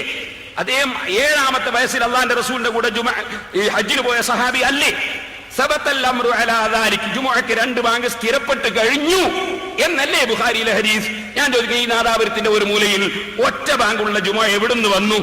അത് ഈ രാജ്യത്തെ മുസ്ലിമീങ്ങളെ ഭിന്നിപ്പിക്കാൻ വേണ്ടി തുടങ്ങിയതല്ലേ? അല്ലെങ്കിൽ എന്തിനു തുടങ്ങിയ ആ ജുമുഅ എന്നാണ് എന്റെ ചോദ്യം. എവിടുന്ന് വന്നു മക്കയിൽ ഇല്ലാത്ത ഒരു ജുമുഅ? എവിടുന്ന് വന്നു മദീനയിൽ ഇല്ലാത്തൊരു ജുമുഅ? എവിടുന്ന് വന്നു മസ്ജിദുൽ അഖ്സയിൽ ഇല്ലാത്തൊരു ജുമുഅ? എവിടുന്ന് വന്നു ലോകത്ത് എവിടെയും ഇല്ലാത്തൊരു ജുമുഅ? നമ്മുടെ ഷാർജ ശൈഖ് ഉണ്ടല്ലോ, ഷാർജ ശൈഖ് തന്നെ അവിടുത്തെ ശൈഖല്ലേ? നമ്മൾ ഇവിടെ വന്ന നമ്മുടെ ഷാർജ ഉസ്താദ്. ഈ ഷാർജ ഉസ്താദിനെ സംബന്ധിച്ച് മുജാഹിദിന്റെ തന്നെ ഒരു പത്രം ഞാൻ വായിക്കട്ടെ. മുജാഹിദ് വോയിസ്, ജനുവരി 2004 ജനുവരി 26. ഷാർജ ഉസ്താദിന്റെ രണ്ടാം ബാങ്ക്. ചില മൗലവിമാർക്ക് രണ്ടാം കെട്ടാണ്, ഇയാൾക്ക് രണ്ടാം ബാങ്കാണ്. കേട്ടോളൂ, ഷാർജ ഉസ്താദിന്റെ രണ്ടാം ബാങ്ക്. എന്താ വിഷയം? നാദാവരത്ത് വന്നിട്ട് മൂപ്പര് പറയാ, പേരോടിന്റെ ഉമ്മറത്ത് വെച്ചാ ഞാൻ പ്രസംഗിക്കുന്നത്, പേരോടിനെ ഞാൻ വെല്ലുവിളിക്കുകയാണ്. പേരോടിനെ വെല്ലുവിളിക്കുന്നതിന് വിരോധമൊന്നുമില്ലല്ലോ, പക്ഷെ വെല്ലുവിളിച്ചിട്ട് മുങ്ങാൻ പാടില്ല, വെല്ലുവിളിച്ചിട്ട് മുങ്ങാൻ പാടില്ല. ഞാൻ ഓർമ്മപ്പെടുത്തട്ടെ, ഷാർജ ഉസ്താദിന്റെ രണ്ടാം ബാങ്ക് ഇത് ഞങ്ങളെ പത്രത്തിലല്ലേ, മുജാഹിദ് വോയിസിലാണ്. ഞാനതൊന്ന് വായിക്കാം, ഇദ്ദേഹത്തിന്റെ ഊക്കൊന്ന് അറിയണമല്ലോ ജനങ്ങൾ.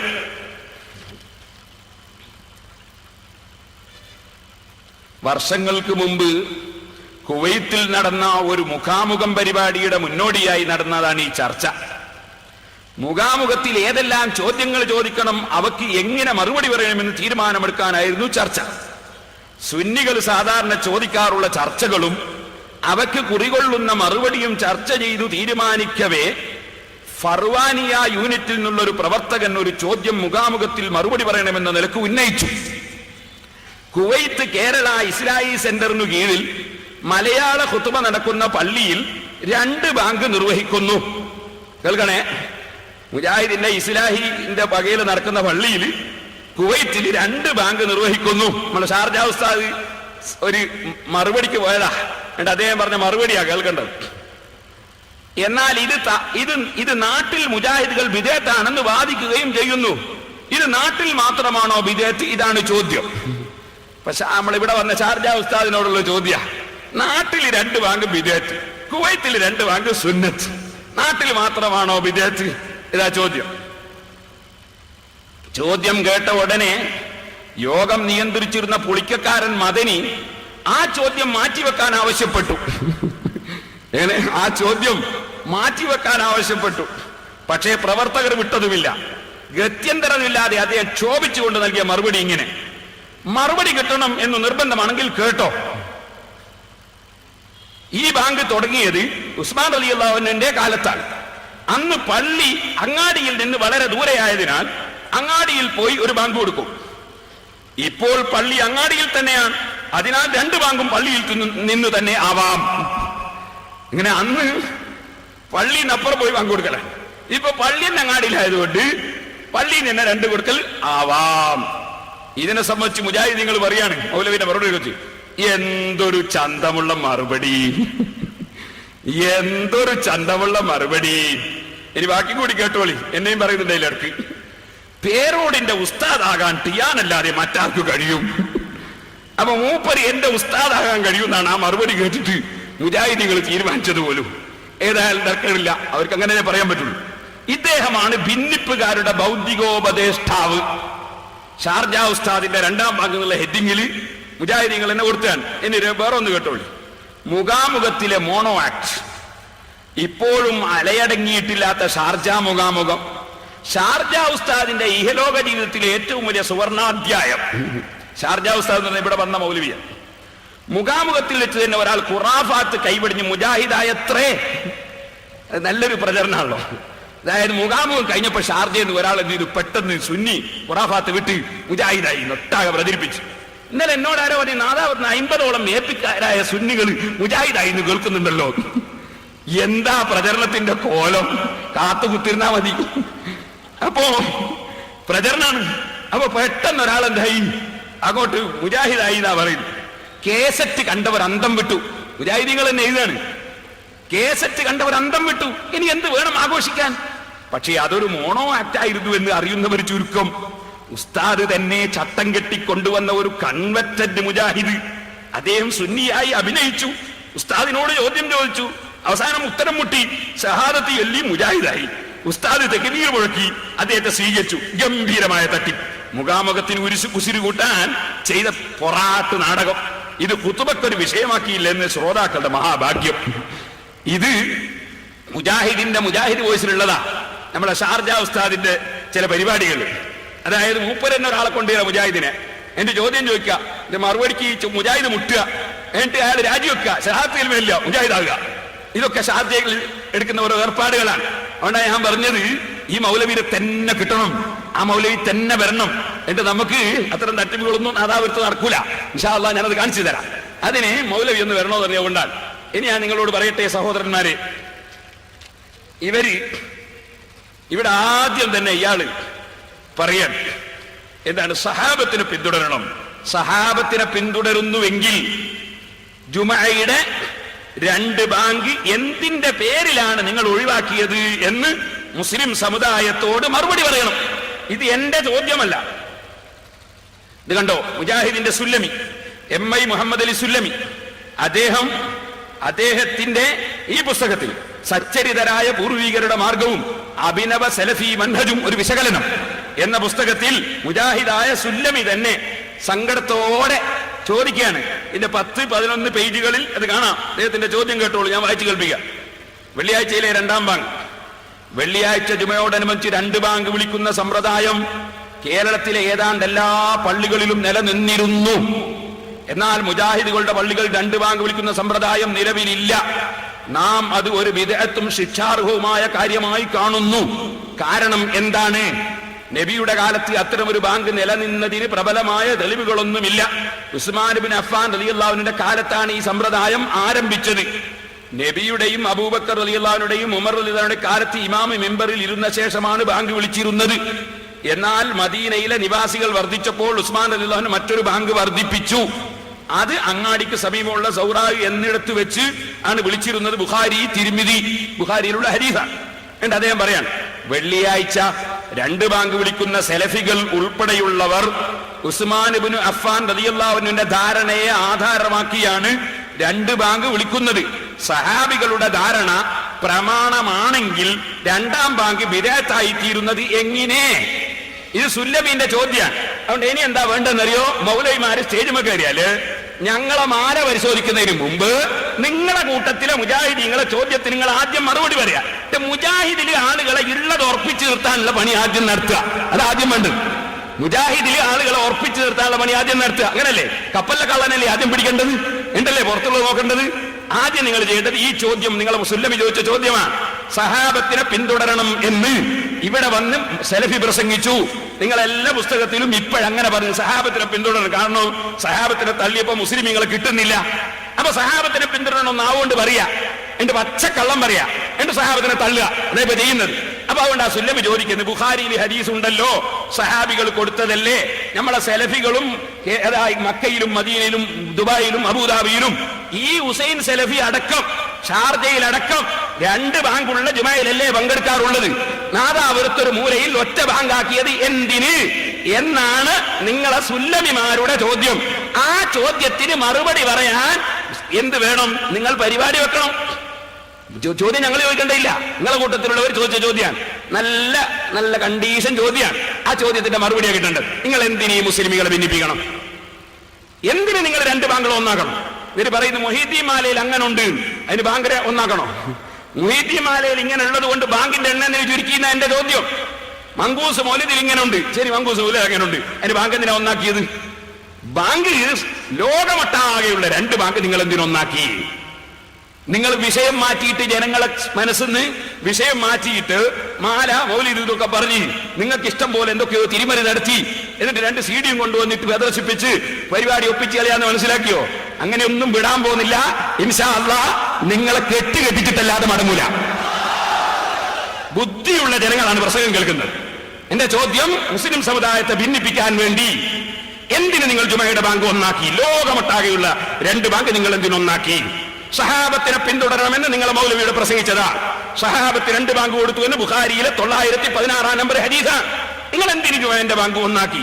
ഇവിടെ നാദാപുരം വലിയ ജുമാഅത്ത് പള്ളി, ധാരാളം ഔലിയാക്കളും മഹാന്മാരും അതിന്റെ സമീപത്ത് കിടക്കുന്നുണ്ട്. ധാരാളം ഔലിയാക്കൾ നിസ്കരിച്ച ഒരു പള്ളിയാണത്. ആ പള്ളിയിൽ മുമ്പേ 2 ബാങ്കുണ്ട്. അതുപോലെ ലോകമെമ്പാടുമുണ്ട്. മക്കയിൽ കഅബയുടെ സമീപത്ത് 2 ബാങ്ക് ഇന്നുമുണ്ട്, മദീനയിലുണ്ട്, ലോകമൊട്ടാകെയുണ്ട്. നിങ്ങൾ എന്തിനൊന്നാക്കി? ഇതിന്റെ ചോദ്യത്തിൽ ഞങ്ങൾക്ക് മറുപടി കിട്ടണം. മാലയും മൗലൂദൊക്കെ നമുക്ക് നോക്കാം. ഇൻഷാ അല്ലാഹ് മാല ചൊല്ലി നിങ്ങളെ മന്ത്രിച്ച് ശരിയാക്കി തരാം ഇൻഷാ അല്ലാഹ്. അപ്പൊ ഞാൻ പറഞ്ഞു വരുന്നത് സഹോദരന്മാർ മനസ്സിലാക്കണം. അപ്പൊ മുസ്ലിമീങ്ങളെ എന്തിന് ഭിന്നിപ്പിക്കണം? ഇനി മക്കയിലും മദീനയിലും നിങ്ങൾ റമളാനിൽ ചെന്ന് നോക്കൂ. റമളാനിൽ അവിടെ 20 റക്അത്ത് തറാവീഹ് നിസ്കരിക്കുന്നു. 4 മദ്ഹബും 20 റക്അത്ത് തറാവീഹ് പഠിപ്പിക്കുന്നു. നിങ്ങൾ ആ തറാവീഹിന്റെ എണ്ണം എന്തിനു ചുരുക്കി? നിങ്ങൾ പറയുന്നൊരു മാക്കാന യസീദു എന്ന ഹദീസ് ഉണ്ട്. ആ ഹദീസ് ബുഖാരിയിലല്ലേ ഉള്ളത്? ഇമാം ബുഖാരി തറാവീഹ് 8 നിസ്കരിച്ചാൽ നിങ്ങൾക്ക് തെളിയിക്കാൻ കഴിയോ? ആ ഇമാം ബുഖാരി ആ ഹദീസ് റിപ്പോർട്ട് ചെയ്തത് മാലിക് ഇമാം റളിയല്ലാഹു അൻഹുവിന്റെ ശിഷ്യനിൽ നിന്നല്ലേ? ആ ശിഷ്യൻ ആ ഹദീസ് പറഞ്ഞു കൊടുത്തത് ഇമാം മാലിക് റളിയല്ലാഹു അൻഹു അല്ലേ? ബുഖാരിയിൽ 3 സ്ഥലത്തും ഉസ്താദുമാരുടെ പരമ്പരയിൽ ഇമാം മാലിക് റളിയല്ലാഹു അൻഹു ഇല്ലേ? ആ മാലിക് ഇമാം റളിയല്ലാഹു അൻഹു മദീനയിലെ ഏറ്റവും വലിയ പണ്ഡിതനായിരുന്നില്ലേ? ഇമാം ഷാഫിയുടെ ഉസ്താദായിരുന്നില്ലേ? ആ മാലിക് ഇമാം റളിയല്ലാഹു അൻഹു 20-ൽ കുറഞ്ഞ തറാവീഹ് പഠിപ്പിച്ചിട്ടുണ്ടോ? മാലികി മദ്ഹബിന്റെ ഗ്രന്ഥങ്ങൾ എടുത്ത് പരിശോധിക്കൂ. ഇമാം ഷാഫി അവിടുത്തെ ശിഷ്യനായിരുന്നില്ലേ? ആ ഇമാം ഷാഫി 20-ൽ കുറഞ്ഞ തറാവീഹ് പഠിപ്പിച്ചിട്ടുണ്ടോ? ഇമാം അഹ്മദ് ബിൻ ഹംബൽ മാലിക് ഇമാമിന്റെ മുവത്ത ഷാഫി ഇമാമിൽ നിന്ന് ഓതി പഠിച്ചതല്ലേ? ഇമാം ഷാഫി റളിയല്ലാഹു അൻഹു ഇമാം മാലിക് റളിയല്ലാഹു അൻഹു മുവത്ത ഓതി പഠിച്ചതല്ലേ? അവരൊക്കെ ഈ ഹദീസ് കണ്ടതല്ലേ? അവർക്കൊക്കെ മനസ്സിലായി ഈ ഹദീസ് ഒരിക്കലും തറാവീഹിനെ കുറിച്ചല്ല, അത് വിത്റിനെ കുറിച്ചാണെന്ന്. കാരണം ആ ഹദീസ് പറഞ്ഞത് ഇമാം ബഹുമാനപ്പെട്ട ബീവി ആയിഷ ബീവിയാണ്. ആ ആയിഷ ബീവി റളിയല്ലാഹു അൻഹാ മദീനത്തെ പള്ളിയുടെ തൊട്ടടുത്ത ചുമരിന്റെ അപ്പുറത്ത് റൂമിൽ വെച്ച് മഹദി അവിടുന്ന് റൂമിന്റെ ഉള്ളിൽ വെച്ച് തറാവീഹ് നിസ്കരിക്കുന്നുണ്ട്. ആ സമയത്ത് 36 കൊല്ലത്തോളം മദീനത്തെ പള്ളിയിൽ 20 റക്അത്ത് തറാവീഹ് നടക്കുകയാണ്. ആയിഷ ബീവി പറയുന്നില്ല അവിടുത്തെ നിസ്കാരത്തിന്റെ എണ്ണം കൂടിപ്പോയി എന്ന് പറയുന്നില്ല. കാരണം ആയിഷ ബീവിക്കറിയാം ഞാൻ പറഞ്ഞത് വിത്റിനെ കുറിച്ചാണ്. ആയിഷ ബീവിയോട് തന്നെ ചോദിച്ചു, അംബീനി അംബിതിർ റസൂലില്ലാഹി, റസൂലുള്ളാഹിന്റെ വിത്റിന്റെ എണ്ണം എത്രയാണെന്ന് പറഞ്ഞു തരൂ ഉമ്മ. അപ്പൊ പറഞ്ഞു, യാ ബുനയ്യ, എന്റെ കുഞ്ഞു മോനെ, തിൽക 11 റക്അത്ത് യാ ബുനയ്യ, മോനെ അത് 11 റക്അത്താണ്. അപ്പൊ വിത്റാണ് 11. അല്ലാഹുവിന്റെ റസൂൽ അതിനേക്കാൾ വർദ്ധിപ്പിച്ചിട്ടില്ല എന്ന് പറഞ്ഞു ആയിഷ ബീവി എന്നെ പറയും. പക്ഷേ നിങ്ങൾ പറയുന്ന ആയിഷ ബീവിക്ക് മനസ്സിലായിട്ടില്ല, മാലിക് ഇമാമിന് മനസ്സിലായിട്ടില്ല, ബുഖാരി ഇമാമിന് മനസ്സിലായില്ല, ഷാഫി ഇമാമിന് മനസ്സിലായില്ല, അഹ്മദ് ബിൻ ഹംബലിന് മനസ്സിലായില്ല, അബൂ ഹനീഫയ്ക്ക് മനസ്സിലായില്ല. മനസ്സിലായത് ആർക്ക്?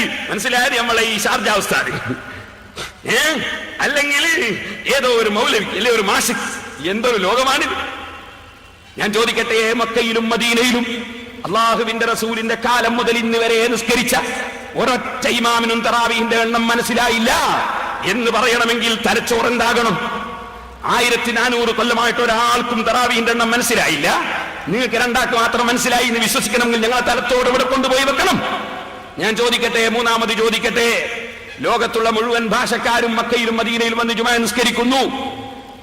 പല ഭാഷക്കാരും അവിടെ പങ്കെടുക്കുന്നു. എല്ലാവർക്കും ഒറ്റ ഭാഷയിലുള്ള ഖുത്ബ. അത് രാജ്യത്തിന്റെ ഭാഷയനുസരിച്ച് ഖുത്ബ മാറ്റണമെന്ന് ഏത് ഖുർആനിൽ പറഞ്ഞു? ഏത് ഹദീസിൽ പറഞ്ഞു? നിങ്ങൾ ഈ നാദാപുരത്ത് ഈ പ്രസംഗം മുഴുവൻ നടത്തിയിട്ട് നിങ്ങളെ സ്റ്റേജിൽ ഞങ്ങൾ കേട്ടില്ലല്ലോ ഒരായത്ത്. ഖുത്ബ ശ്രോതാക്കൾക്ക് മനസ്സിലാകുന്ന ഭാഷയിലാകണം എന്ന് പറയുന്ന ഒരായത്ത് നിങ്ങൾ എന്തുകൊണ്ട് ഓതിയില്ല? ഖുർആനിൽ നിന്ന് ഒരായത്ത് ഓതണം.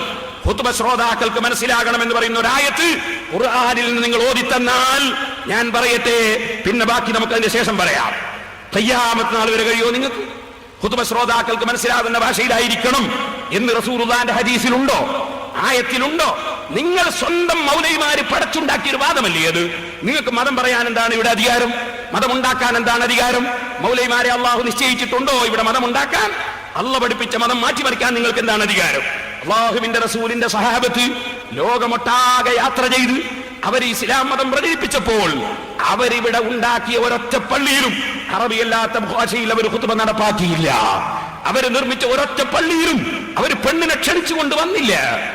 അവരിവിടെ പഠിപ്പിച്ച ഒരൊറ്റ സ്ഥലത്തും അവർ 20-ൽ കുറഞ്ഞ തറാവീഹ് നടപ്പാക്കിയില്ല. നിങ്ങൾ മനസ്സിലാക്കണം, ഈ അറബിക്കടലിലെ തിരമാലകളെ ഭേദിച്ച് യാതൊരു ആധുനിക സജ്ജീകരണങ്ങളും സംവിധാനങ്ങളും ഇല്ലാത്ത കാലത്ത് വെറും അള്ളാഹുവിന്റെ പൊരുത്തം മാത്രം ലക്ഷ്യം വെച്ചുകൊണ്ട് ഒരൊറ്റ അനുയായികളും ഈ കേരളത്തിൽ ഇന്ത്യ രാജ്യത്തില്ലാത്ത സമയത്ത്, ഇവിടെ മുഴുവനും ഹിന്ദുക്കളും മറ്റ് മതക്കാരും മാത്രമുള്ള സമയത്ത് അള്ളാഹുവിന്റെ പൊരുത്തത്തിന് വേണ്ടി ജീവൻ പണയം വെച്ച് അള്ളാഹുവിന്റെ ദീൻ പ്രചരിപ്പിക്കാൻ ഇവിടെ വന്ന സഹാബത്ത്, ആ സഹാബത്ത് ഇവിടെ നിർമ്മിച്ച പള്ളി, ആ പള്ളി നിർമ്മിക്കാൻ ഇവിടുത്തെ ഹിന്ദുക്കളാണ് സ്ഥലം കൊടുത്തത്. അവരെ ബഹുമാനിച്ച ഇവിടുത്തെ ഹിന്ദുക്കളാണ് അവരോട് സഹകരിച്ചത്. അവരാദരിച്ചതും ആത്മീയ നേതാക്കളായി ബഹുമാനിച്ചതും ഈ രാജ്യത്തെ ഹിന്ദുക്കളാണ്. ഹിന്ദുക്കൾ മുസ്ലിങ്ങളുടെ വിരോധികളാണെന്ന് പറഞ്ഞ് ആരും ഇവിടെ ഭീകരത പ്രചരിപ്പിക്കേണ്ടതില്ല. ഞാൻ പറഞ്ഞു വരുന്നത്, ഇവിടെ വന്ന ആത്മീയ നേതാക്കളായ മഹാന്മാർ, നമുക്കറിയാം, ഈ നമ്മുടെ നാദാപുരത്ത് വഫാത്തായി പോയ, നാദാപുരത്ത് ഒരുപാട് കാലം ദർസ് നടത്തിയ ബഹുമാനപ്പെടുത്തുകയാണ് ഉസ്താദ്. അല്ലാഹു അവിടുത്തെ ഖബറിനെ സന്തോഷത്തിലാക്കട്ടെ, ദർജ വർദ്ധിപ്പിച്ചു കൊടുക്കട്ടെ. ഏത് മുസ്ലിമും ഹിന്ദുവും ബഹുമാനപ്പെട്ടവരെ ബഹുമാനിക്കുമായിരുന്നു. അതുപോലെ ഖുതുബിത്തങ്ങളെ എല്ലാവരും ബഹുമാനിക്കുമായിരുന്നു. പാറക്കുളം വലിയ ഖാദിയാർ വഫാത്തായി പോയി, കണാരൻ ഉസ്താദ് വഫാത്തായി പോയി. ഇങ്ങനത്തെ ആലിമീങ്ങളെ എല്ലാ മതക്കാരും ബഹുമാനിക്കുമായിരുന്നു. കാരണം അവർ ആത്മീയ നേതാക്കളാണ്. ആത്മീയ നേതാക്കളെ ബഹുമാനിക്കാത്തവരുണ്ടോ ഇവിടെ? അതേ സമയത്ത് ഞാൻ നിങ്ങൾ കണ്ണിയത്ത് ഉസ്താദ് ഏത് മഹാന്മാരും ഏത് കക്ഷികളും ഏത് മതക്കാരും ബഹുമാനിക്കുമായിരുന്നു. അങ്ങനെയല്ലേ ആത്മീയ നേതാക്കൾ? ഈ ആത്മീയ നേതാക്കൾ ബഹുമാനപ്പെട്ട ഉള്ളാളം തങ്ങൾ കാര്യമായിട്ട് ഇവിടുന്ന് പറഞ്ഞ സംഗതിയ, പ്രധാനമന്ത്രി ഇന്ദിരാഗാന്ധി വന്നപ്പോ ഉള്ളാളം തങ്ങൾ മക്ബറയിലുള്ളപ്പോ പിന്നിൽ ഇന്ദിരാഗാന്ധി വന്ന് നിന്നുപോയി. ഉള്ളാളം തങ്ങൾ പിന്നിൽ ഇന്ദിരാഗാന്ധി വന്ന് നിന്നുപോയി. ഇന്ത്യയുടെ പ്രധാനമന്ത്രി ഉള്ളാളത്ത് സ്ഥാപനത്തിൽ വന്നാൽ പ്രധാനമന്ത്രിയോട് നിങ്ങൾ ഇങ്ങോട്ട് കയറണ്ടെന്ന് പറയാൻ ഞങ്ങൾ മുജാഹിദാണോ? നിങ്ങളെ പോലെ വിഡ്ഢികളാണോ നിങ്ങൾ? ഇന്ത്യയുടെ പ്രധാനമന്ത്രി ഒരു സ്ഥാപനത്തിൽ വരുമ്പോ നീ പെണ്ണായത് കൊണ്ട് നിങ്ങൾ കയറണ്ട എന്ന് പറയാൻ നിങ്ങളെ പോലത്തെ സാംസ്കാരിക ശൂന്യതയും ഞങ്ങൾക്കില്ല. ഇന്ദിരാഗാന്ധി ഞങ്ങൾക്കറിയാം, ഇന്ദിരാഗാന്ധി മുസ്ലിമല്ല. ഇന്ദിരാഗാന്ധി നമ്മുടെ മതത്തിന്റെ ആചാരം പാലിക്കില്ല. ഞങ്ങളെ ഈ പള്ളി നിർമ്മിക്കുന്ന മുജാഹിദുകൾ കണ്ടിരുന്നോ? എത്ര പെണ്ണുങ്ങൾ കൊട്ടയ സാധനം എടുത്തുകൊണ്ട് വെച്ചാൽ നിർമ്മിച്ചത്? പേരോട് മുസ്ലിം പെണ്ണുങ്ങളില്ല എവിടെയെന്ന് ചോദിച്ചാൽ ശരിയാവോ? ഞങ്ങളെ പള്ളി ഇവിടെ പണിയെടുക്കുമ്പോ എത്ര പെണ്ണുങ്ങൾ കൊട്ടയ സാധനം എടുത്തു പോകുന്നുണ്ട്. ഇതുപോലെ ഓരോ ദിവസവും നമ്മളെ വീട്ടിൽ നിന്ന് ജോലി എടുക്കുമ്പോൾ എത്ര സ്ത്രീകൾ വരുന്നുണ്ട്. അവിടെ അമുസ്ലിം സ്ത്രീകൾ വരുമ്പോ നിങ്ങൾ വർദ്ധയിട്ട് വരണമെന്ന് പറയാനാ? അല്ലെങ്കിൽ പെണ്ണുങ്ങൾ ഇങ്ങോട്ട് കയറണ്ടാതെ നമുക്ക് വള്ളി ഉണ്ടാക്കാൻ കഴിയുമോ? ഇത്ര തലച്ചോറില്ലാതെയായി പോലോ ഈ മുജാഹിദ് എന്ന് എനിക്ക് മനസ്സിലാകത്ത്. ഇന്ത്യ രാജ്യത്തിന്റെ പ്രധാനമന്ത്രി ഉള്ളാളത്ത് വന്നപ്പോ തങ്ങൾ അവിടുന്ന് പ്രാർത്ഥിക്കുമ്പോൾ പിന്നിൽ നിന്നത് പോലെ ഈ ഒരു വിഷയാക്കിയിട്ട് പറഞ്ഞിരിക്കുക. ഇതാ മുജാഹിദ് ഉണ്ടാക്കാൻ കാരണം? നിങ്ങൾ ജുമാന്റെ ബാങ്ക് ഒന്നാക്കാൻ കാരണം ഉള്ളാളത്ത് ഇന്ദിരാഗാന്ധി വന്നതുകൊണ്ടാ? നിങ്ങൾ ഈ സമുദായത്തോട് മറുപടി വരണം. നിങ്ങൾ ഞാൻ മിഞ്ഞി പറഞ്ഞിട്ടൊന്നും വിടൂല. ഓരോന്നിനും കണക്ക് കഴിച്ചിട്ടല്ലാതെ വിടൂല. ഓരോന്നിനും മറുപടി വരണം. നിങ്ങൾ ജുമാന്റെ ബാങ്ക് രണ്ടുള്ളത് ഒന്നാക്കിയത് ഇന്ദിരാഗാന്ധി ഉള്ളാളത്ത് വന്നുകൊണ്ടാ നിങ്ങൾ ബാങ്ക് രണ്ടുള്ള ഒന്നാക്കിയത്?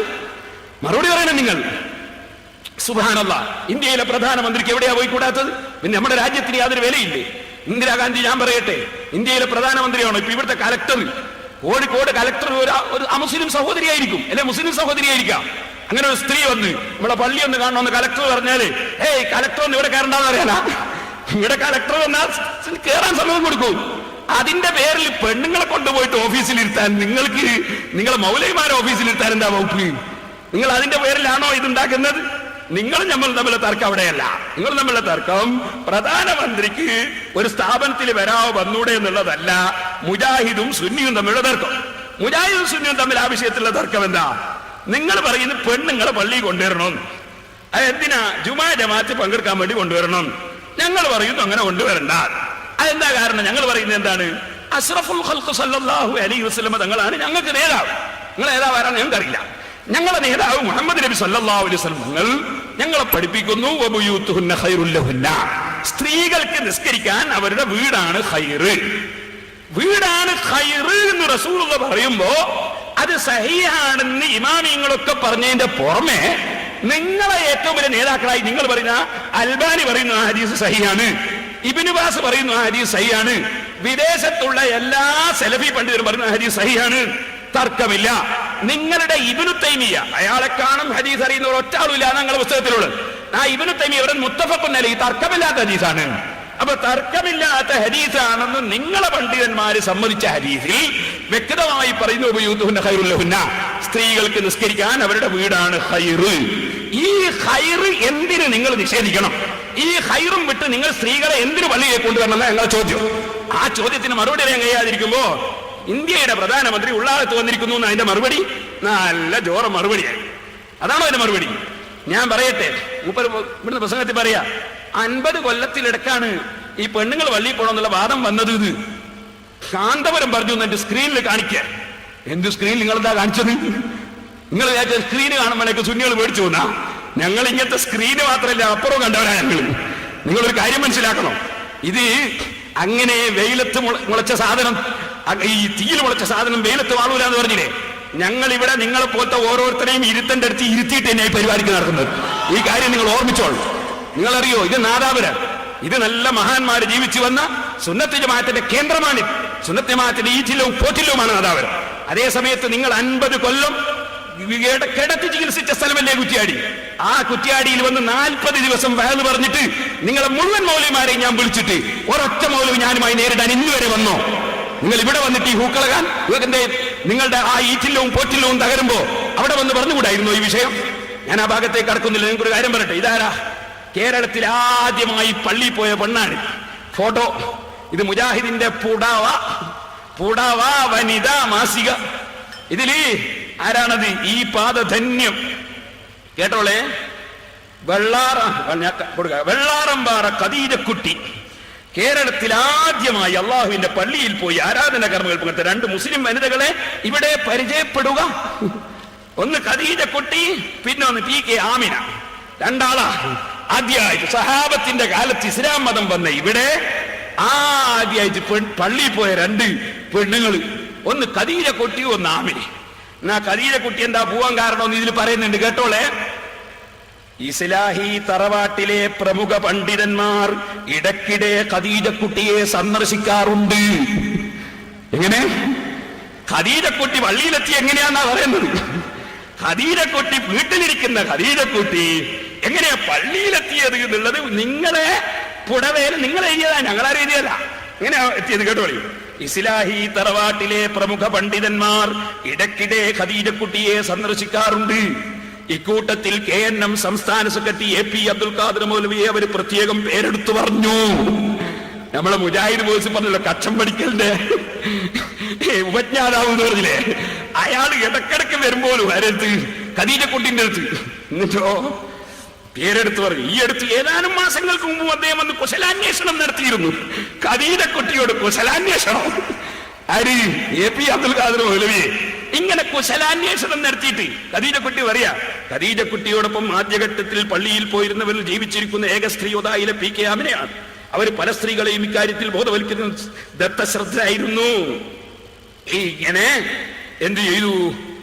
ഈ പള്ളി പോക്ക് ആദ്യമായിട്ട് തുടങ്ങിയത് ഈ ആമിനയും ഖദീജക്കുട്ടിയാണെന്ന് കാന്തപുരം പറഞ്ഞതല്ല.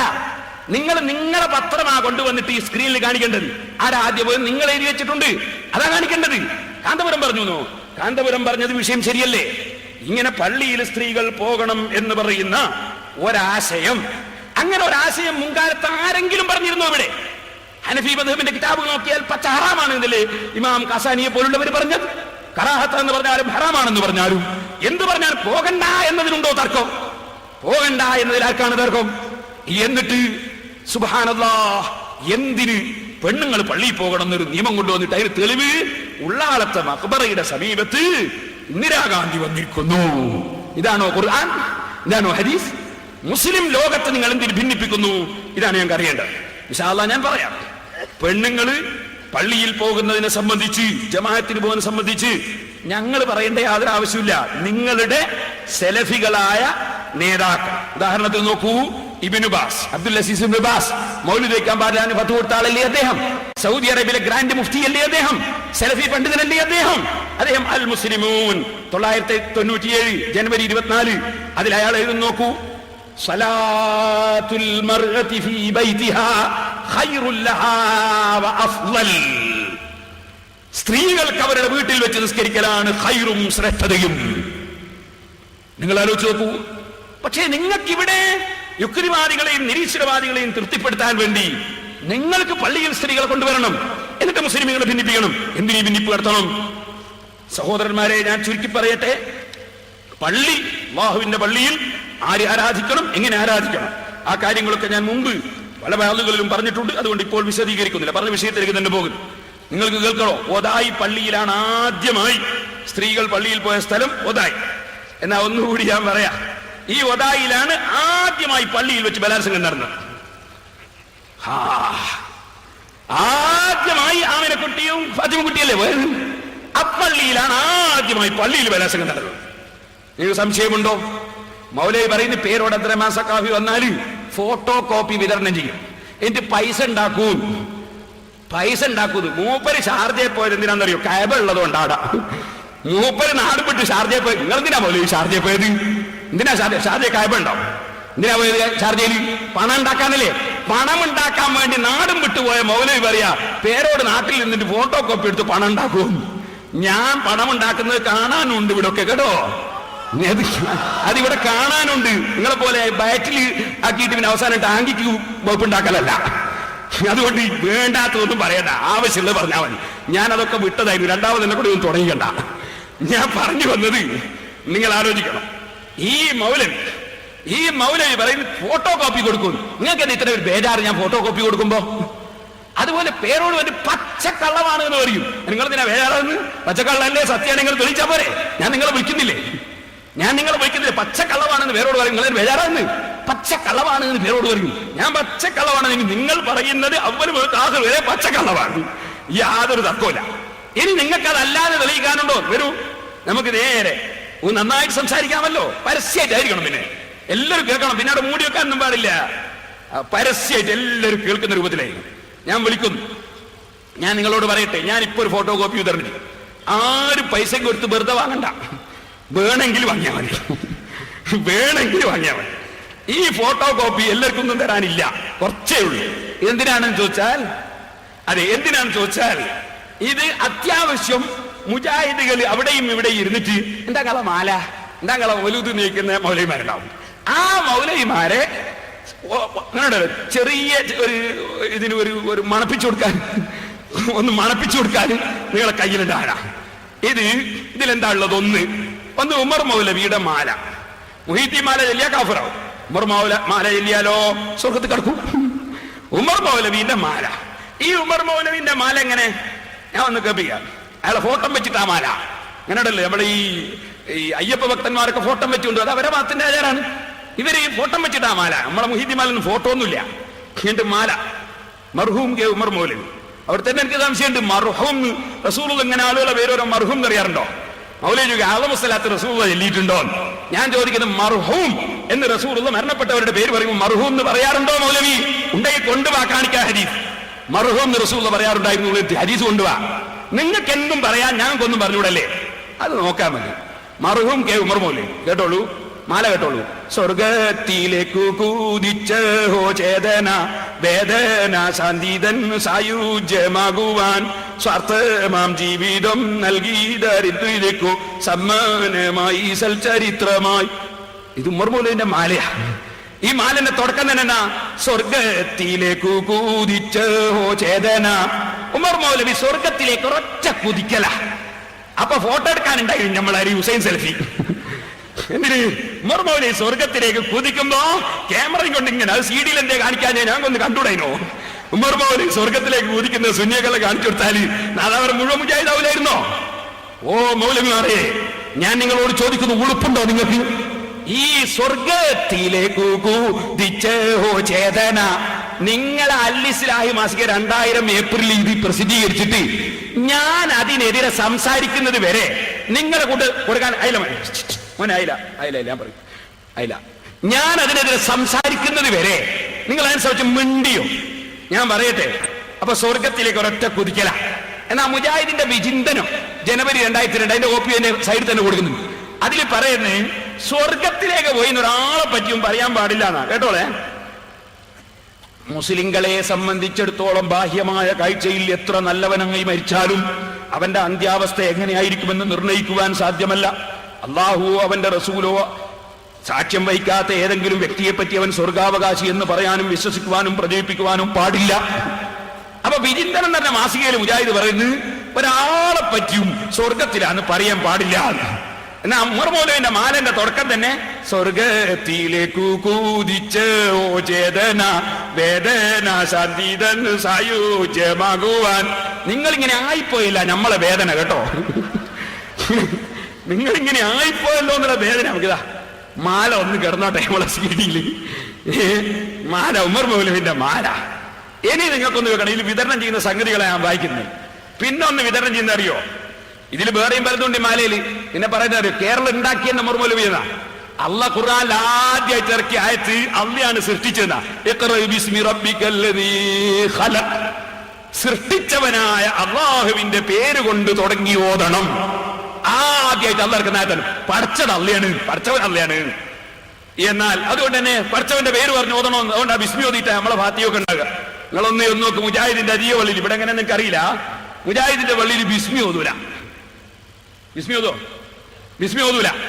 ഞാൻ നിങ്ങളോട് ചോദിക്കട്ടെ, ഒരു തർക്കാണ്. നിങ്ങൾ നമ്മൾ നമ്മളെ തർക്കായി പറയുന്നത്.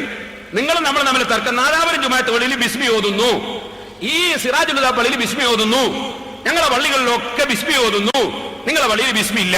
ഫാത്തിഹ ഓതുമ്പോൾ ബിസ്മി ഇല്ല. നാദാപുരത്തെ ജനങ്ങൾ, നിഷ്പക്ഷമായി ചിന്തിക്കുന്ന ജനങ്ങൾക്ക് വേണ്ടി ഞാൻ പറയാൻ. അപ്പൊ ഞങ്ങൾ മൗലവിമാരും മുസ്ലിംമാരും തമ്മിലൊരു തർക്കാണിപ്പോ. ബിസ്മി ഓതണോ വേണ്ടേ അല്ലെ? ഫാത്തിഹയിൽ ബിസ്മി ഉണ്ടോ ഇല്ലേ തർക്കാണ്. നിങ്ങൾക്കൊക്കെ മനസ്സിലാക്കാൻ വേണ്ടി ഞാൻ പറയാം. ഈ മൗലവിമാരെ പിന്നാലെ നടക്കുന്ന ചില ആളുകളുണ്ടല്ലോ, വിവരമില്ലാതെ പെട്ടുപോയ ചില ഡോക്ടർമാര്, വിവരമില്ലാതെ പെട്ടുപോയ ചില മാഷന്മാര്, വിവരമില്ലാതെ പെട്ടുപോയ ചില പഞ്ചായത്തോ ബ്ലോക്കോ മെമ്പറോ എന്തല്ല, അങ്ങനൊക്കെ പെട്ടുപോയ ചില വിവരമില്ലാത്തവരുണ്ട്. അവർക്കൊക്കെ സന്മാർഗം കാണിച്ചു കൊടുക്കരുത്. എനിക്ക് അവരോടൊന്നും വിരോധമില്ല, അവർ അറിവില്ലാതെ പെട്ടുപോയതാണ്. അവർക്കൊക്കെ ഞാൻ പറയുന്ന കാര്യങ്ങൾ ശരിക്കും അവർ നിഷ്പക്ഷമായി ചിന്തിച്ചാൽ മതി. അവരൊന്ന് മുജാഹിദിലേക്ക് പോകുമ്പോ നാട്ടുകാരെന്നുള്ളവർക്ക് എന്നോട് കൂടി ചോദിച്ചിട്ട് പോയെങ്കിൽ വളരെ നന്നായിരുന്നു. കാരണം ഒരു വിഷയത്തെ കുറിച്ച് അറിയുന്നവരോട് ചോദിച്ചിട്ട് പോകുന്നതിൽ എപ്പോഴും നല്ലത്. ഞാൻ പറയാ, നിങ്ങളോട് ചോദിക്കട്ടെ, നാദാപുരം ജുമാഅത്ത് പള്ളിയിൽ ബിസ്മിയുണ്ട് അല്ലേ? നാദാപുരം ജുമാഅത്ത് പള്ളിയിൽ ഫാത്തിഹയ്ക്ക് ബിസ്മിയുണ്ട്, ഇവിടുത്തെ പള്ളിയിലും ബിസ്മിയുണ്ട്. അതേസമയത്ത് മുജാഹിദ് പള്ളിയിൽ ബിസ്മില്ല. ഫാത്തിഹയിൽ ബിസ്മി ഉണ്ടോ ഇല്ലേ ഇപ്പൊ തർക്കാൻ. നിങ്ങൾക്കൊക്കെ മനസ്സിലാക്കാൻ വേണ്ടി ഞാൻ പറയാ, നിങ്ങളൊരു മുസഹഫ് എടുക്കുക. മോനെ, ഒരു മുസഹഫ് എടുത്തോണ്ട് ഒരു ഒതുള്ള ഒരു മുസഹഫ് ഉണ്ടിനി, എന്റെ ഫാത്തിഹയിൽ ബിസ്മി ഉണ്ടോ ഇല്ലേ എന്ന് പരിശോധിക്കാം. ഫാത്തിഹയിൽ ബിസ്മി ഉണ്ടോ ഇല്ലേ? അതിന് നമ്മൾ ശബാബ് നോക്കണ്ട, സിറാജ് നോക്കണ്ട, റിസാല നോക്കണ്ട, സുന്നി വോയിസ് നോക്കണ്ട, കാന്തപുരം എന്ന് പറഞ്ഞു നോക്കണ്ട, ഇ കെ ഉസ്താദ് എന്ന് പറഞ്ഞു നോക്കണ്ട, കന്യത്ത് എന്ന് പറഞ്ഞു നോക്കണ്ട, ക്യൂൻ ഉസ്താദ് എന്ന് പറഞ്ഞു നോക്കണ്ട, പിന്നെ അർത്ഥം മാറ്റി നോക്കും പറയണ്ട. മുസഹഫ് എടുക്കുക, ഫാത്തിഹയിൽ ബിസ്മി ഉണ്ടോ ഇല്ലേ നോക്കുക. മുജാഹിദിന്റെ പള്ളിയിൽ പോയിട്ട് അപകടം വരുത്തുന്ന ആളുകൾ മനസ്സിലാക്കാനായി ഞാൻ പറയും. നിങ്ങൾ മുസഹഫ് എടുക്കുക, പള്ളിയിൽ നിന്ന് കേട്ടോ, ഇതാ ഫാത്തിഹയിൽ ബിസ്മി ഉണ്ടോ, മുസഹഫ് എടുത്തിട്ടോ നിങ്ങൾ പരിശോധിച്ചാളി. ഫാത്തിഹയിൽ ബിസ്മി ഉണ്ടോ? എല്ലാ മുജാഹിദോടും ഞാൻ പറയാം, മുസഹഫ് കള്ളത്തരം ഉണ്ടാവോ? മുസഹഫിൽ കളവുണ്ടാവോ? ഫാത്തിഹയിൽ നാദാപുരം ജുമാഅത്ത് പള്ളിയിൽ ബിസ്മി ഉണ്ട്, ഈ പള്ളിയിൽ ബിസ്മി ഉണ്ട്, മുജാഹിദ് പള്ളിയിൽ ബിസ്മി ഇല്ല. ഞാൻ ചോദിക്കുന്നു, ബിസ്മി ഫാത്തിഹയിൽ ഉണ്ടോ ഇല്ലേ? മുസഹഫ് ഒന്ന് മറിച്ച് നോക്കുക. മുസഹഫ് മറിച്ച് നോക്കാനുള്ള ഒരു ബുദ്ധിയും കൂടി ഇല്ലാത്തവനാണോ മുജാഹിദ് ആകുന്നത്? അള്ളാഹു കാക്കട്ടെ. മുസഹഫ് ഒന്ന് മറിച്ച് നോക്കുക, ഫാത്തിഹയിൽ ബിസ്മി ഉണ്ടോ ഇല്ലേ ഒന്ന് നോക്കിക്കളാ. ഉണ്ടോ ഇല്ലേ? അതിൽ കാണുന്നില്ലേ? ബിസ്മിയുണ്ട്, ബിസ്മില്ല ഫാത്തിഹയില്ല. മുസഹഫിന്റെ കാണിച്ചു കൊടുത്തേ സഹോദരന്മാരെ. അപ്പൊ പരിശോധന ഇങ്ങനെ നടക്കണം. ഫാത്തിഹയിൽ ബിസ്മി ഉണ്ടോ ഇല്ലേ? ആദ്യമായിട്ട് ഇറക്കിയ ആയത്താണെന്ന്, ഇഖ്റ ബിസ്മി റബ്ബിക്കല്ലദീ ഖലഖ്. ബിസ്മി കൂട്ടിയിട്ടാണ് ഓതേണ്ടത്. ഇഖ്റ ഓതണം. എങ്ങനെ? ബിസ്മി റബ്ബിക്കല്ലദീ ഖലഖ്, സൃഷ്ടാവായ പടച്ചവന്റെ പേര് കൊണ്ട് തുടങ്ങി ഓതണം. അതാ ബിസ്മില്ലാഹിർ റഹ്മാനിർ റഹീം. അത് വേണ്ട നിങ്ങൾ എന്തിനു പറഞ്ഞു? നമ്മുടെ നാട്ടിലൊക്കെ മുമ്പേ ബിസ്മി, നിങ്ങൾ എന്തിനാ വേണ്ടെന്ന് പറഞ്ഞു? എന്തിനു മുസ്ലിമുകളെ ഭിന്നിപ്പിച്ചു? ഖുർആൻ മറിച്ചോ ബിസ്മി ഉണ്ട്. ഇതാണ് നിങ്ങൾ ഐക്യം എന്തിനു തകർക്കുന്നു എന്നാണ് എന്റെ ചോദ്യം. ഇനി ഞാൻ പറയട്ടെ, എന്നാൽ ഇതിൽ പറയുന്നത് പറിച്ചത് അല്ല എന്നാണല്ലോ ആദ്യം തന്നെ അല്ല പറഞ്ഞത്, പിന്നെ ഒന്ന് ബിസ്മി ഉണ്ട് എന്നുള്ളത്. എന്നാൽ ഈ നമ്മളെ മാല ഉണ്ടല്ലോ, മർഹൂം ഉമർ മൗലവിന്റെ മാലയെ പറയുന്നത് കേരളം ഉണ്ടാക്കിയത് ഉമർ മൗലവിയാണ് പോലും. അതായത് കേരളം പരശുരാമൻ മെഴുവെറിഞ്ഞിട്ടാ ഉണ്ടായെന്നൊരു വിശ്വാസമുണ്ട്. അങ്ങനെയൊന്നല്ല സംഗതി. ആരതാണിത്? ഉമർ മൗലവിന്റെതാണെന്നാ പറയും. മൗലവിമാർ ഇവിടെ വന്നിട്ട് ഇതുവരെ പ്രസംഗിച്ചപ്പോ കാര്യമായിട്ട് പറഞ്ഞത് മരിച്ചവരെ വിളിക്കരുത് ഒരു കാര്യമായ സംഗതിയെ. ഉമർ മൗലവി മരിച്ചതിന് ശേഷം ഉണ്ടാക്കിയ മൗലവിയില്, ഈ മാലയില് ഉമർ മൗലവിയെ പച്ചയായി വിളിച്ചുകൊണ്ട് പറയുന്ന വാചകം കേട്ടോളൂ. മരിച്ച ഉമർ മൗലവിനെ വിളിക്കുന്നു.